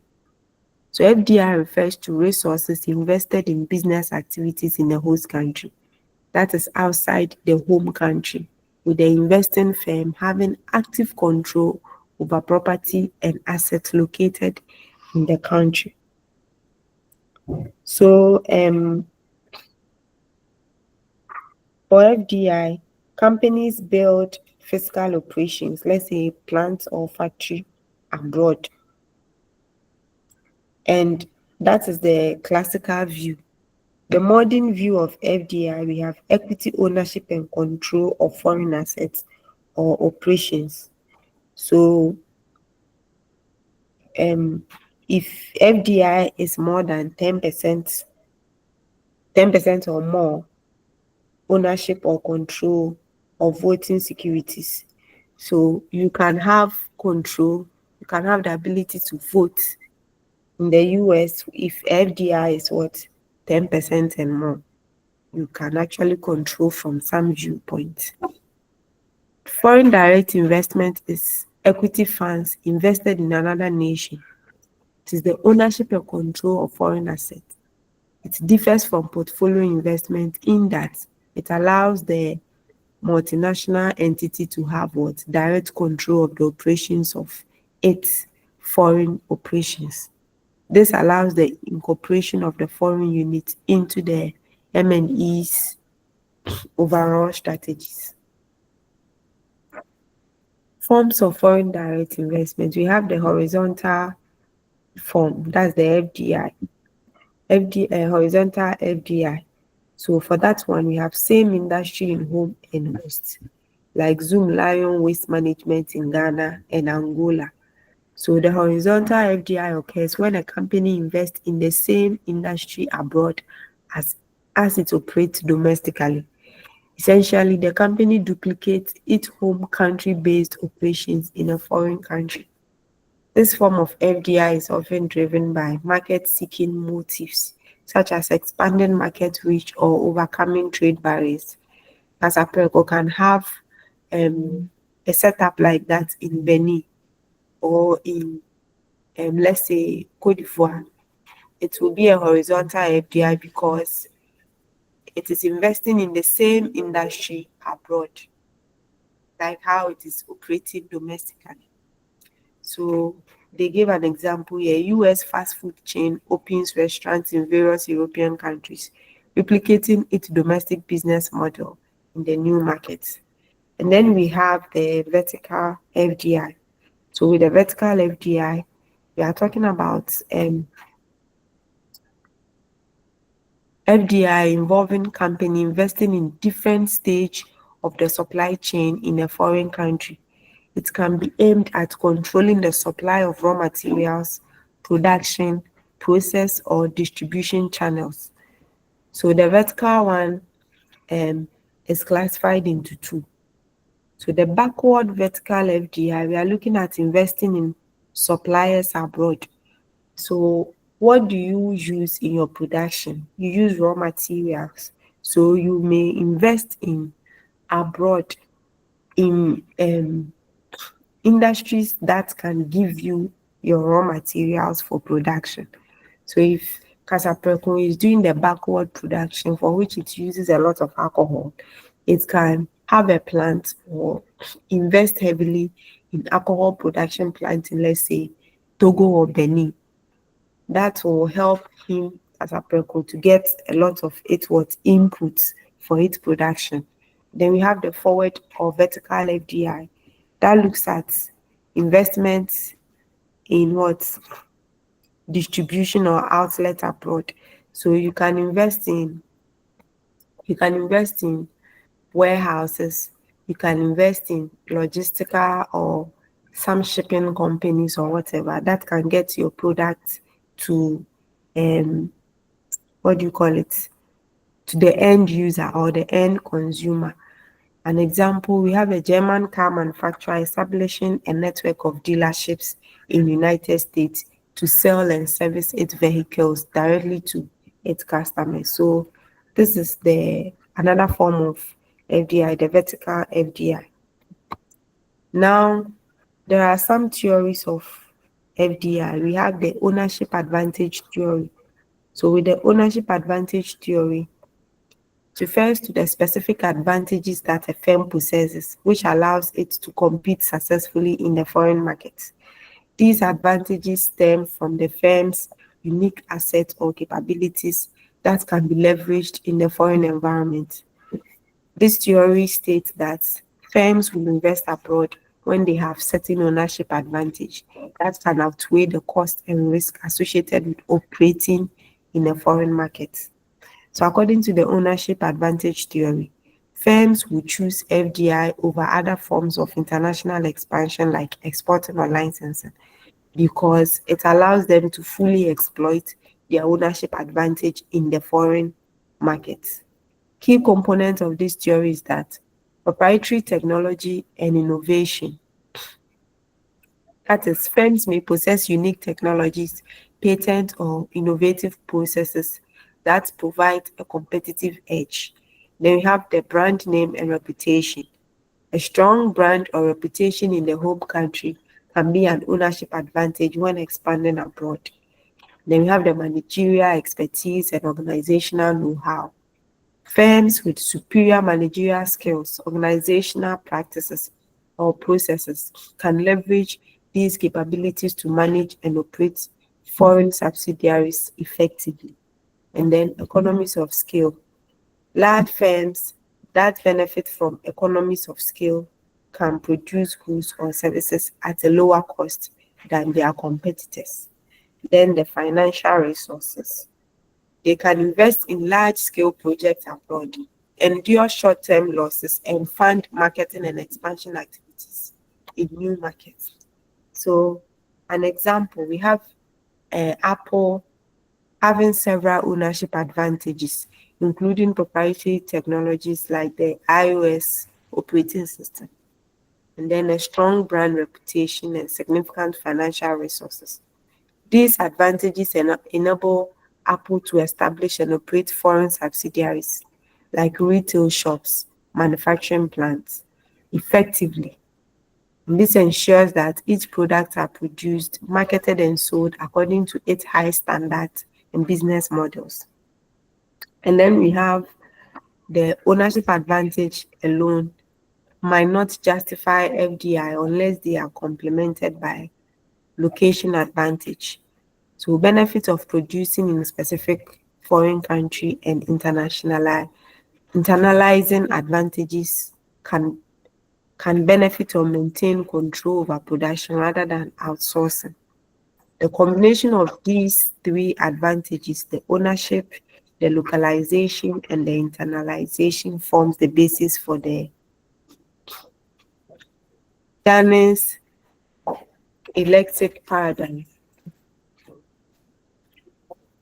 So the Danish electric paradigm, another theory for FDI, talks about why companies engage in foreign direct investment and choose to expand internationally through ownership and control of foreign operations rather than through other modes such as exporting or licensing. The electric paradigm is based on three interrelated advantages that must be present for a firm to engage in FDI. So here, you should have the ownership advantage, you should have the location advantage, and you should have the internalization advantage for you to operate in FDI. So for the ownership advantage, firm specific advantage that gives a company a competitive edge over its rivals, both domestically and internationally. This can include proprietary technology, strong brands, managerial expertise, economies of scale, and access to financial resources. The purpose is that ownership advantages allow the firm to overcome the disadvantages of operating in foreign markets, such as cultural differences, unfamiliar regulations, and competitive pressures. An example is a unique product, patent technology, strong brand reputation, or superior production techniques. So Samsung and iPhone have ownership advantages. There are some features they have the advantage over it. Any other brand do not have that. Samsung is known for producing parts, but they were not into phone production. So they produced parts, electronics like fridge, screens for television, and other stuff. And so they had that advantage to be producing these parts for iPhones until they decided to also come into the phone production. So as it stands now, still they produce certain parts for iPhones because that is where they are very strong at. And then we have the location advantage. These advantages are derived from the characteristics of the host country where the investment is made. They include factors such as natural resources, labor cost, market size, political stability, infrastructure, and governance policies. And the purpose is that location advantages explain why a firm would choose a specific country for FDI rather than exporting or licensing. If I know I'll be getting raw materials at a cheaper cost, I'll rather come there and have my operation set up there than exporting and licensing. They reflect the benefits a firm gains from being physically present in a particular country. So, lower labor costs in Southeast Asia, access to natural resources in Africa, large consumer markets in China, or favorable tax regimes in Ireland will make you, a country, decide to set up a plant in these areas. Then the internalization advantage. This advantage refers to the benefits a firm gains by owning and controlling its foreign operations rather than entering into contractual agreements like licensing or franchising. Internalization helps the firms and avoid what market imperfections such as transaction costs, risk of opportunistic behavior of partners, or potential loss of proprietary knowledge. The purpose of this is that it explains why firm will prefer FDI over other forms of international expansion. So by internalizing operations, the firm can maintain control over its proprietary assets and ensure that they are used effectively in foreign markets. Example is that a firm will decide to establish a wholly owned subsidiary in a foreign country instead of licensing its technology to a local firm to retain full control over its intellectual property and production process. So why firms will engage in FDI according to the elective paradigm? According to the Dunning selective paradigm, a firm will engage in FDI when it possesses the ownership advantage, the location advantage, and the what internalization advantage. We also have another theory under FDI called internalization theory. So a key concept in this international business and economics That explains why firms choose to expand internationally by internalizing transactions with three organizations rather than with their organizations rather than relying on external markets or contracting with third parties. So for this particular theory, the core concept is what? Market imperfections, transaction cost, ownership of assets, control and coordination, risk management. Why will a firm choose internalization? To protect its intellectual property. I would rather come and have my production plant in your country than sublet it to a warehouse or a distribution place that I will not have a control over. Okay. So firms want to safeguard proprietary knowledge, technology, or processes from being misused or imitated by third parties. And then we have control over resources and capabilities. Control over resources and capabilities. Firms seek Firms seek to maintain control over critical resources or capabilities such as brand reputation, managerial expertise, or production qualities. So, for instance, a luxury goods manufacturer might internalize its retail operations in foreign markets to ensure that its brand image is maintained at the highest standard.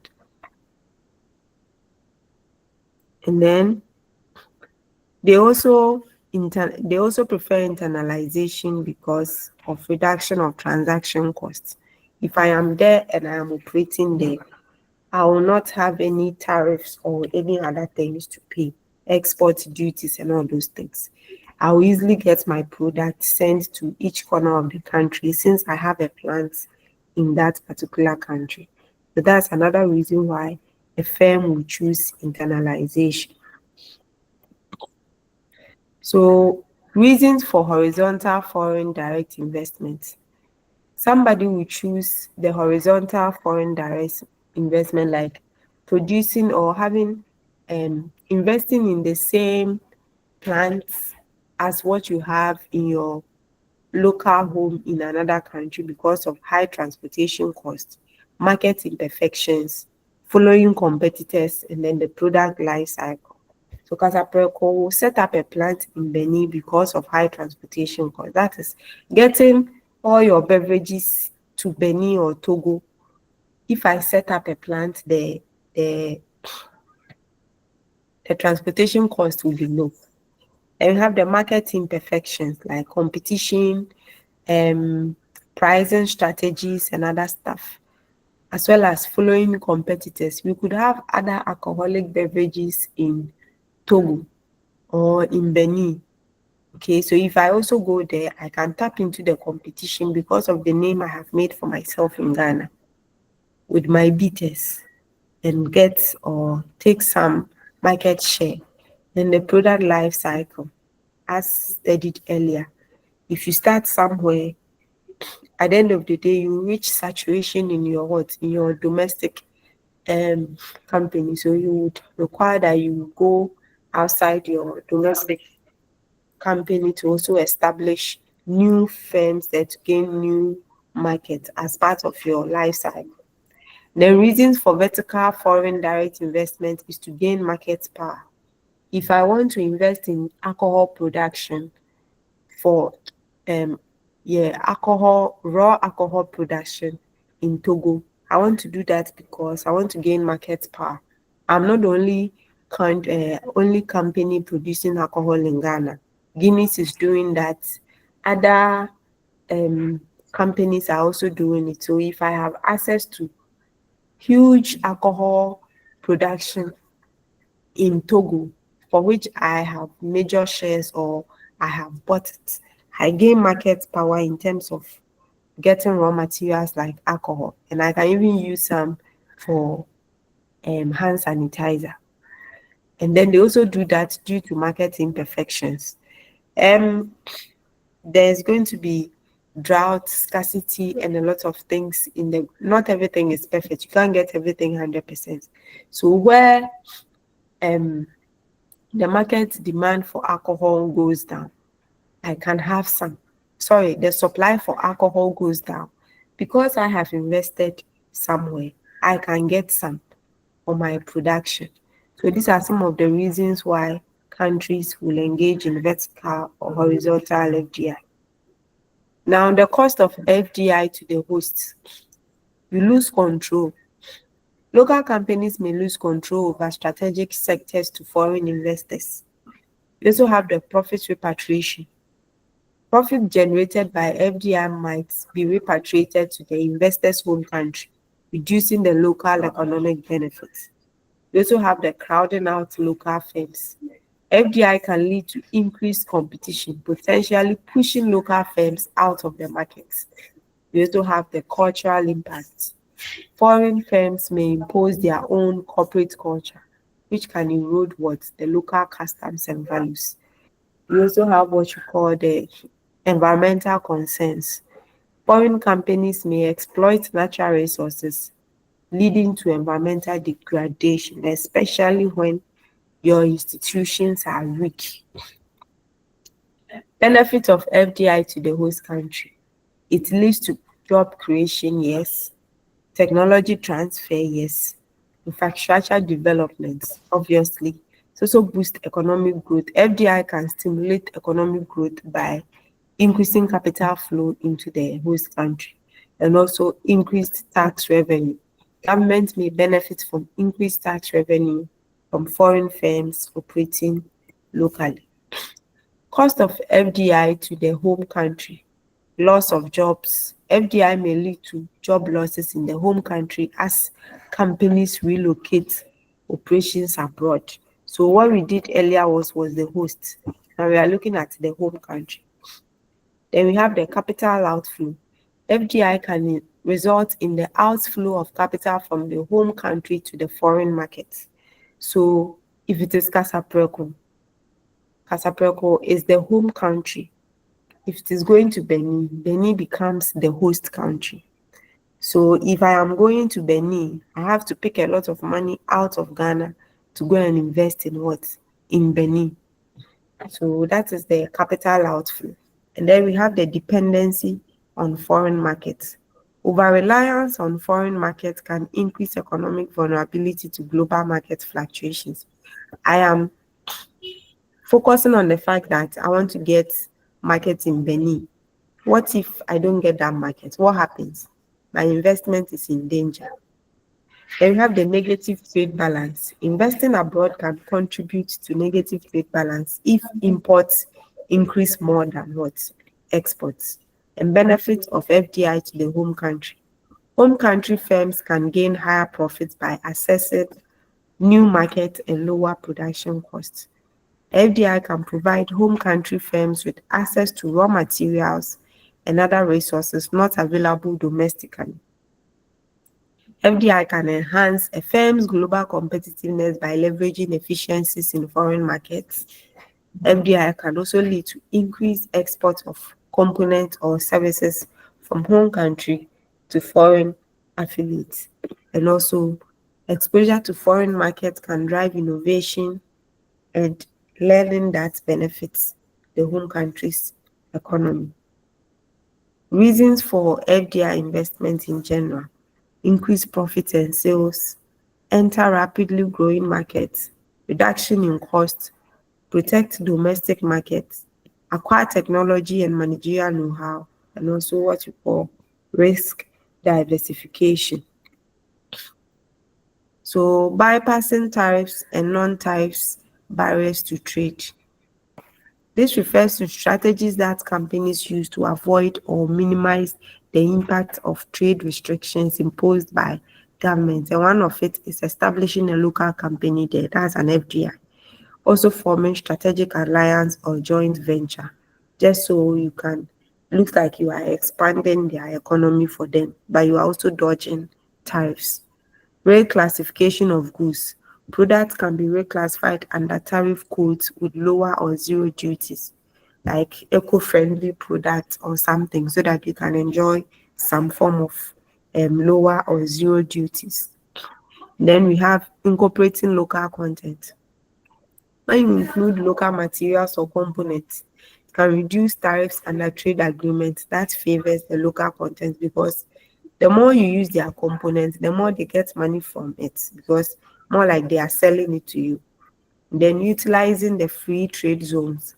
Companies can use free trade zones to assemble goods with reduced or no tariffs before they are distributed in the domestic companies. We have what we call regional integrations.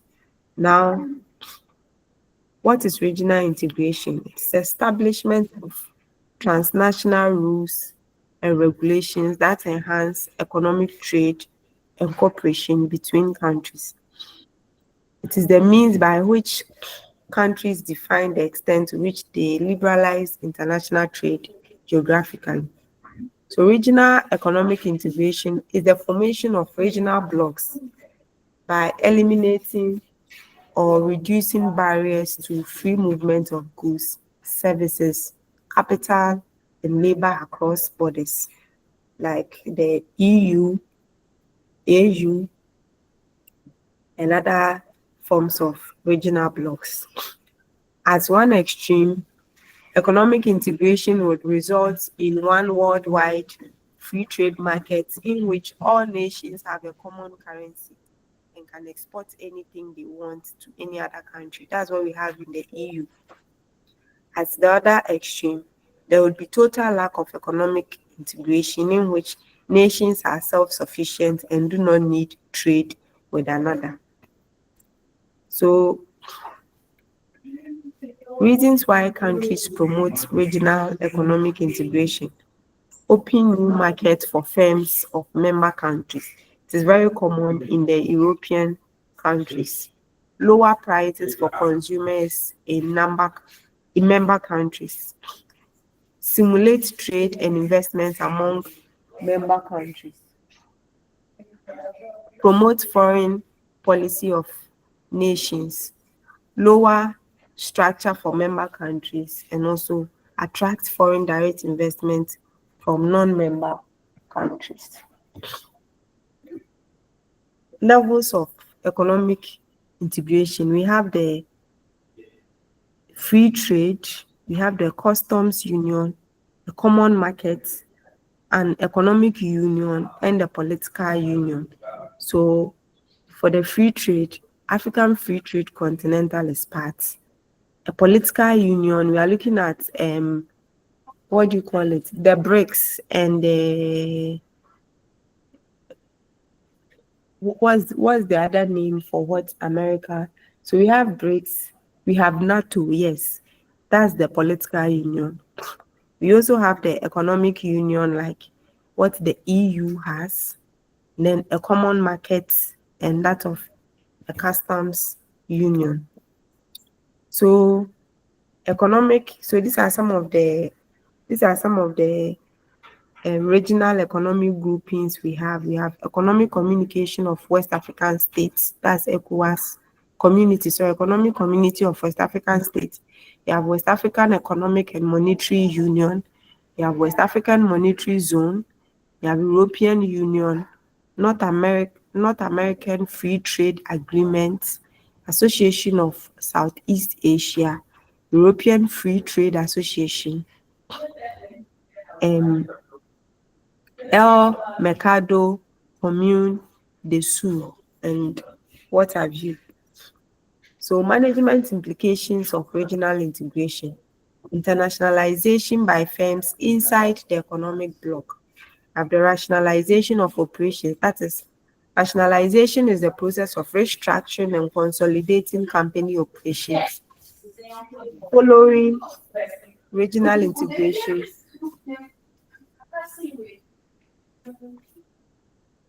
to reduce redundancy and costs increase.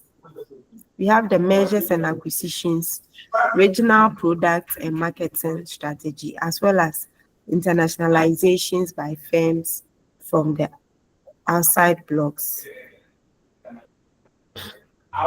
And then economic partnership agreements. Economic partnership agreements, EPAs, are schemes to create a free trade area between the European Union and the African, Caribbean, and Pacific groups of states.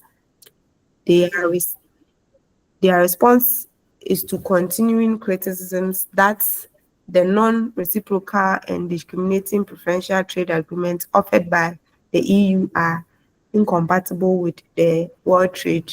So in Africa like this, they do these things, these groupings to respond to the continuing critics that the non-reciprocal and discriminating preferential trade agreements are offered by the EU. If you are not part of the EU member country, you can't even travel freely among them. You can't be sending your goods freely to them.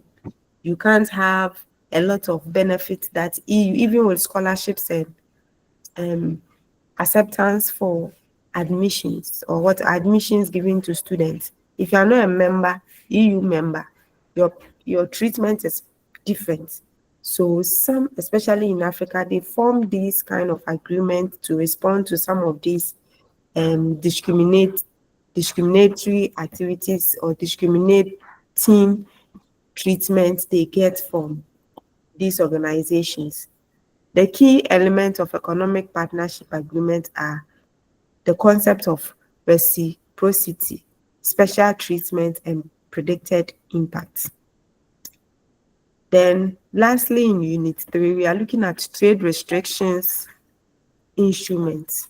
So, for you to impose trade restrictions, these are some of the things you can use. You can use subsidies, you can use tariffs, you can use local content requirements, you can use import quota, you can use export quota, you can use voluntary export restraints, you can use administrative policies, and you can also use the anti-dumping policies to regulate your or to for your trade restriction instruments. For dumping, we have forms of dumping. We have the environmental dumping, where there's an unfair competition as a result of a country's lacks of environmental standards. So they'll just bring in anything at all into the company, which will have environmental impacts. Like we have the electronic waste that is almost spread across everywhere. We have the plastic waste that is spread across everywhere, causing environmental issues to countries that are receiving these goods.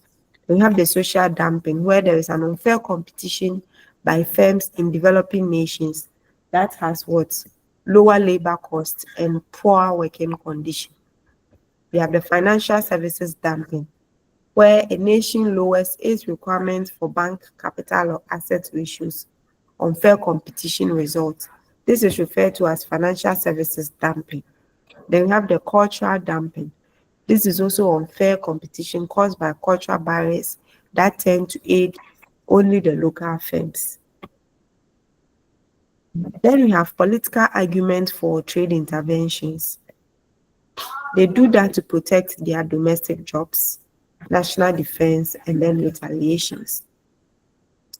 Just as some BRICS countries do not encourage NATO businesses, or even within the country like China do a lot of political argument or trade interventions to protect their domestic jobs for their own national safety and also retaliations.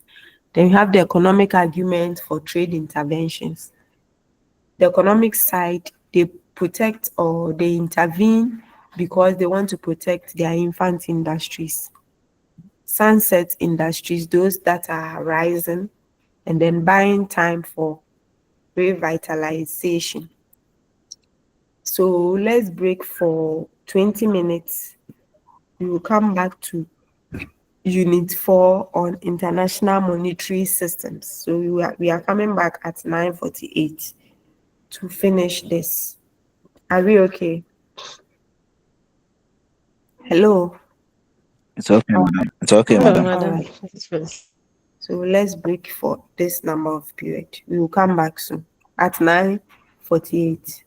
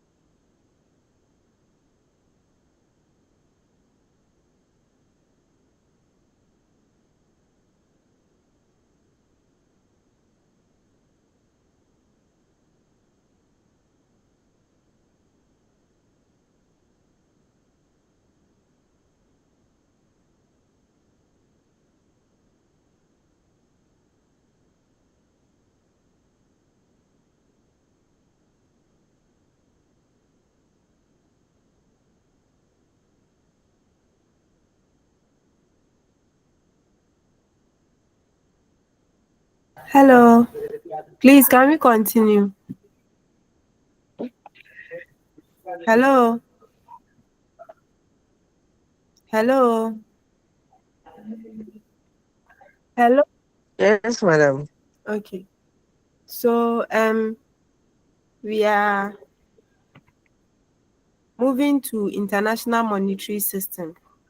So we will look at the functions of the functions of foreign exchange markets, foreign exchange rate determination and forecasting, international capital markets, how the international monetary system works, International Monetary Fund, the World Bank. So let's start. What is foreign exchange market? So hmm, so it is the market with currencies. So it is the market where currencies are what exchanged. So if a Ghanaian trader wants to import machinery from Germany, he cannot pay in cedis. He must exchange cedis for euros. This is a foreign exchange. So exchange markets for converting the currency of one country into another. So we are looking at three things: currency conversion, ensuring against foreign exchange risk, and also exchange rates. So there are three functions of the forex market that helps with foreign exchange market. The forex market will help us convert our currencies into the foreign market we are working in. So changing it helps us change our currency into another so that trade can what happen. So with the Ghana Germany example I said, we need to change our currencies from cedis to euros. And then for the insurance against risk, the exchange rate change daily, as we can see, just as Bank of Ghana has been posting every day. So a company may hedge or lock in a future rate to avoid losing money if the cedi falls against the euro or the dollar. And then we are talking about providing exchange rates. So the forex market sets the price of one currency in terms of another, just as the Bank of Ghana has been doing for us. So these are some issues in what? Foreign exchange markets. Now we have types of foreign or the forex market. We have types of the forex market. Before I move to this, we have types of the forex market. We have the spot transaction. That's when you get immediate exchange of currencies, like when you change money in the forex bureau. Then we have the forward transaction. That one is an agreement today to exchange at a fixed future date and a rate. This one is done to protect against future uncertainty. So I can agree with a foreign market today to exchange at a fixed future date and rate. Okay, so, okay, we can trade next year. Let's hedge the cedis to, let's say, 12 or 15 cedis. It could be that the cedi could reach 15 cedis. It could also be that the cedi may never reach 15 cedis, but because we have agreed that it's going to be 15 cedis, I'll pay the 15 cedis. The person will make profit, I will make the loss. Or we can also have a situation where the cedi will not even be 15 cedis, but 16 or 17 cedis. But because we have agreed, I will pay at a rate of 15 cedis and the person will make a loss of the remaining. And then we have the options and the futures, where more advanced contract businesses are used to manage risk. Who are the main participants in the foreign market? We have banks, we have traders or brokers, we have speculators, we have hedgers, we have arbitragers, like those who profit from tiny prices difference between markets. And then we have the government as well. These are the people that we see in what do you call it? Foreign exchange markets. Now let's look at exchange rate determination and forecasting. Exchange rate determination and forecasting. So we have how are exchange rates determined? First of all, by price. That is the purchasing power parity. So for a shoe that costs, let's say, £20 in UK or €20 in anywhere in Europe and 44 cedis in Ghana, the exchange rate should be £1 or €1 is 2.20 cedis. We are assuming. So if Ghana's price rises faster, um the cedi loses value compared to that of the pounds. Another factor that determines exchange rate is interest rate. That is the Fisher's effect. So when you check the Fisher's effect, we are saying that high inflation causes higher interest rates. So if a real rate is 10% and inflation is 15%, the nominal interest rate we are looking at 25%. And that is what we have here on our screen. Interest rate is equal to the real rate plus inflation. So if I have interest rate of 10% and the inflation is 15%, obviously my overall nominal interest rate is going to be 25%. Another what do you call it? Another cause of exchange rate, or what determines exchange rate, is the market psychology. That's not in your slides. Market psychology. So traders expectations, political events, or investor confidence can suddenly push exchange rate up or down. Now, forecasting exchange rate, we have the fundamental analysis and the technical analysis. So fundamental analysis, we use econometric data like inflation, interest rate, balance of payment to make the predictions. The variables contained in these models typically includes those we have discussed earlier in the session, like the price, interest rate, inflation, and other econometric data. Then the technical analysis, it looks at past price trends to guess future movement. So this approach does not rely on a consideration of economic fundamentals. The technical analysis is based on the premise that analyzable market trends can be used to predict future trends, because there is no theoretical rationale for this assumption of predictability. Many economists compare technical analysis to fortune telling. So you look at what has happened in the years and then you use to predict what will happen now. So like chart reading, you look at chart reading, at some point it fell, at some point it rose. So you look at the time intervals, you look at the situations at hand, and then you say, well, this can obviously affect what do you call it? The forex or the exchange rate. Now, currency convertibility.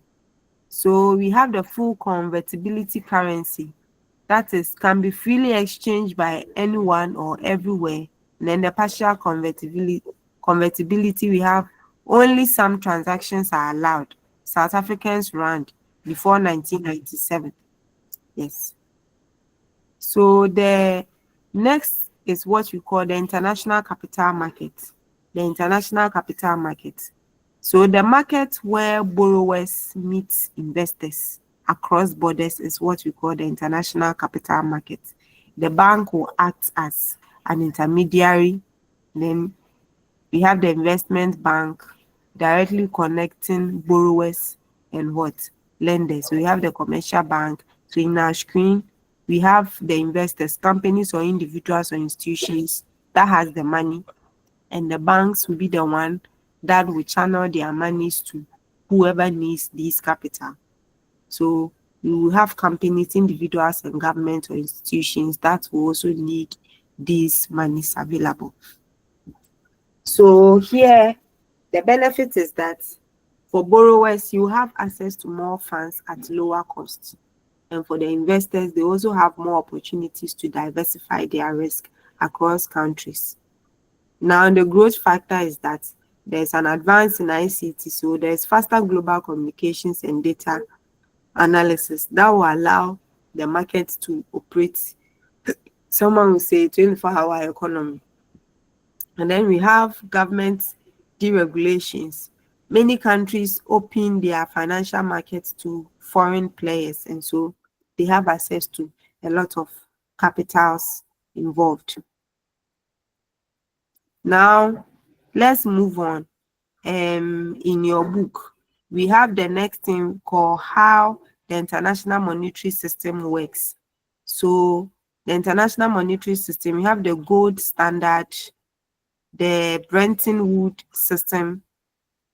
These are some of the these are how some of these international markets work. So in your book you realize that they narrate these systems. The gold standard in the late 1990s to the earlier 20th century, you are looking at all currencies tied to gold. The advantage is that it was stable, and the weakness is that money supply depended only on how much gold existed, and this collapsed in the 1930s.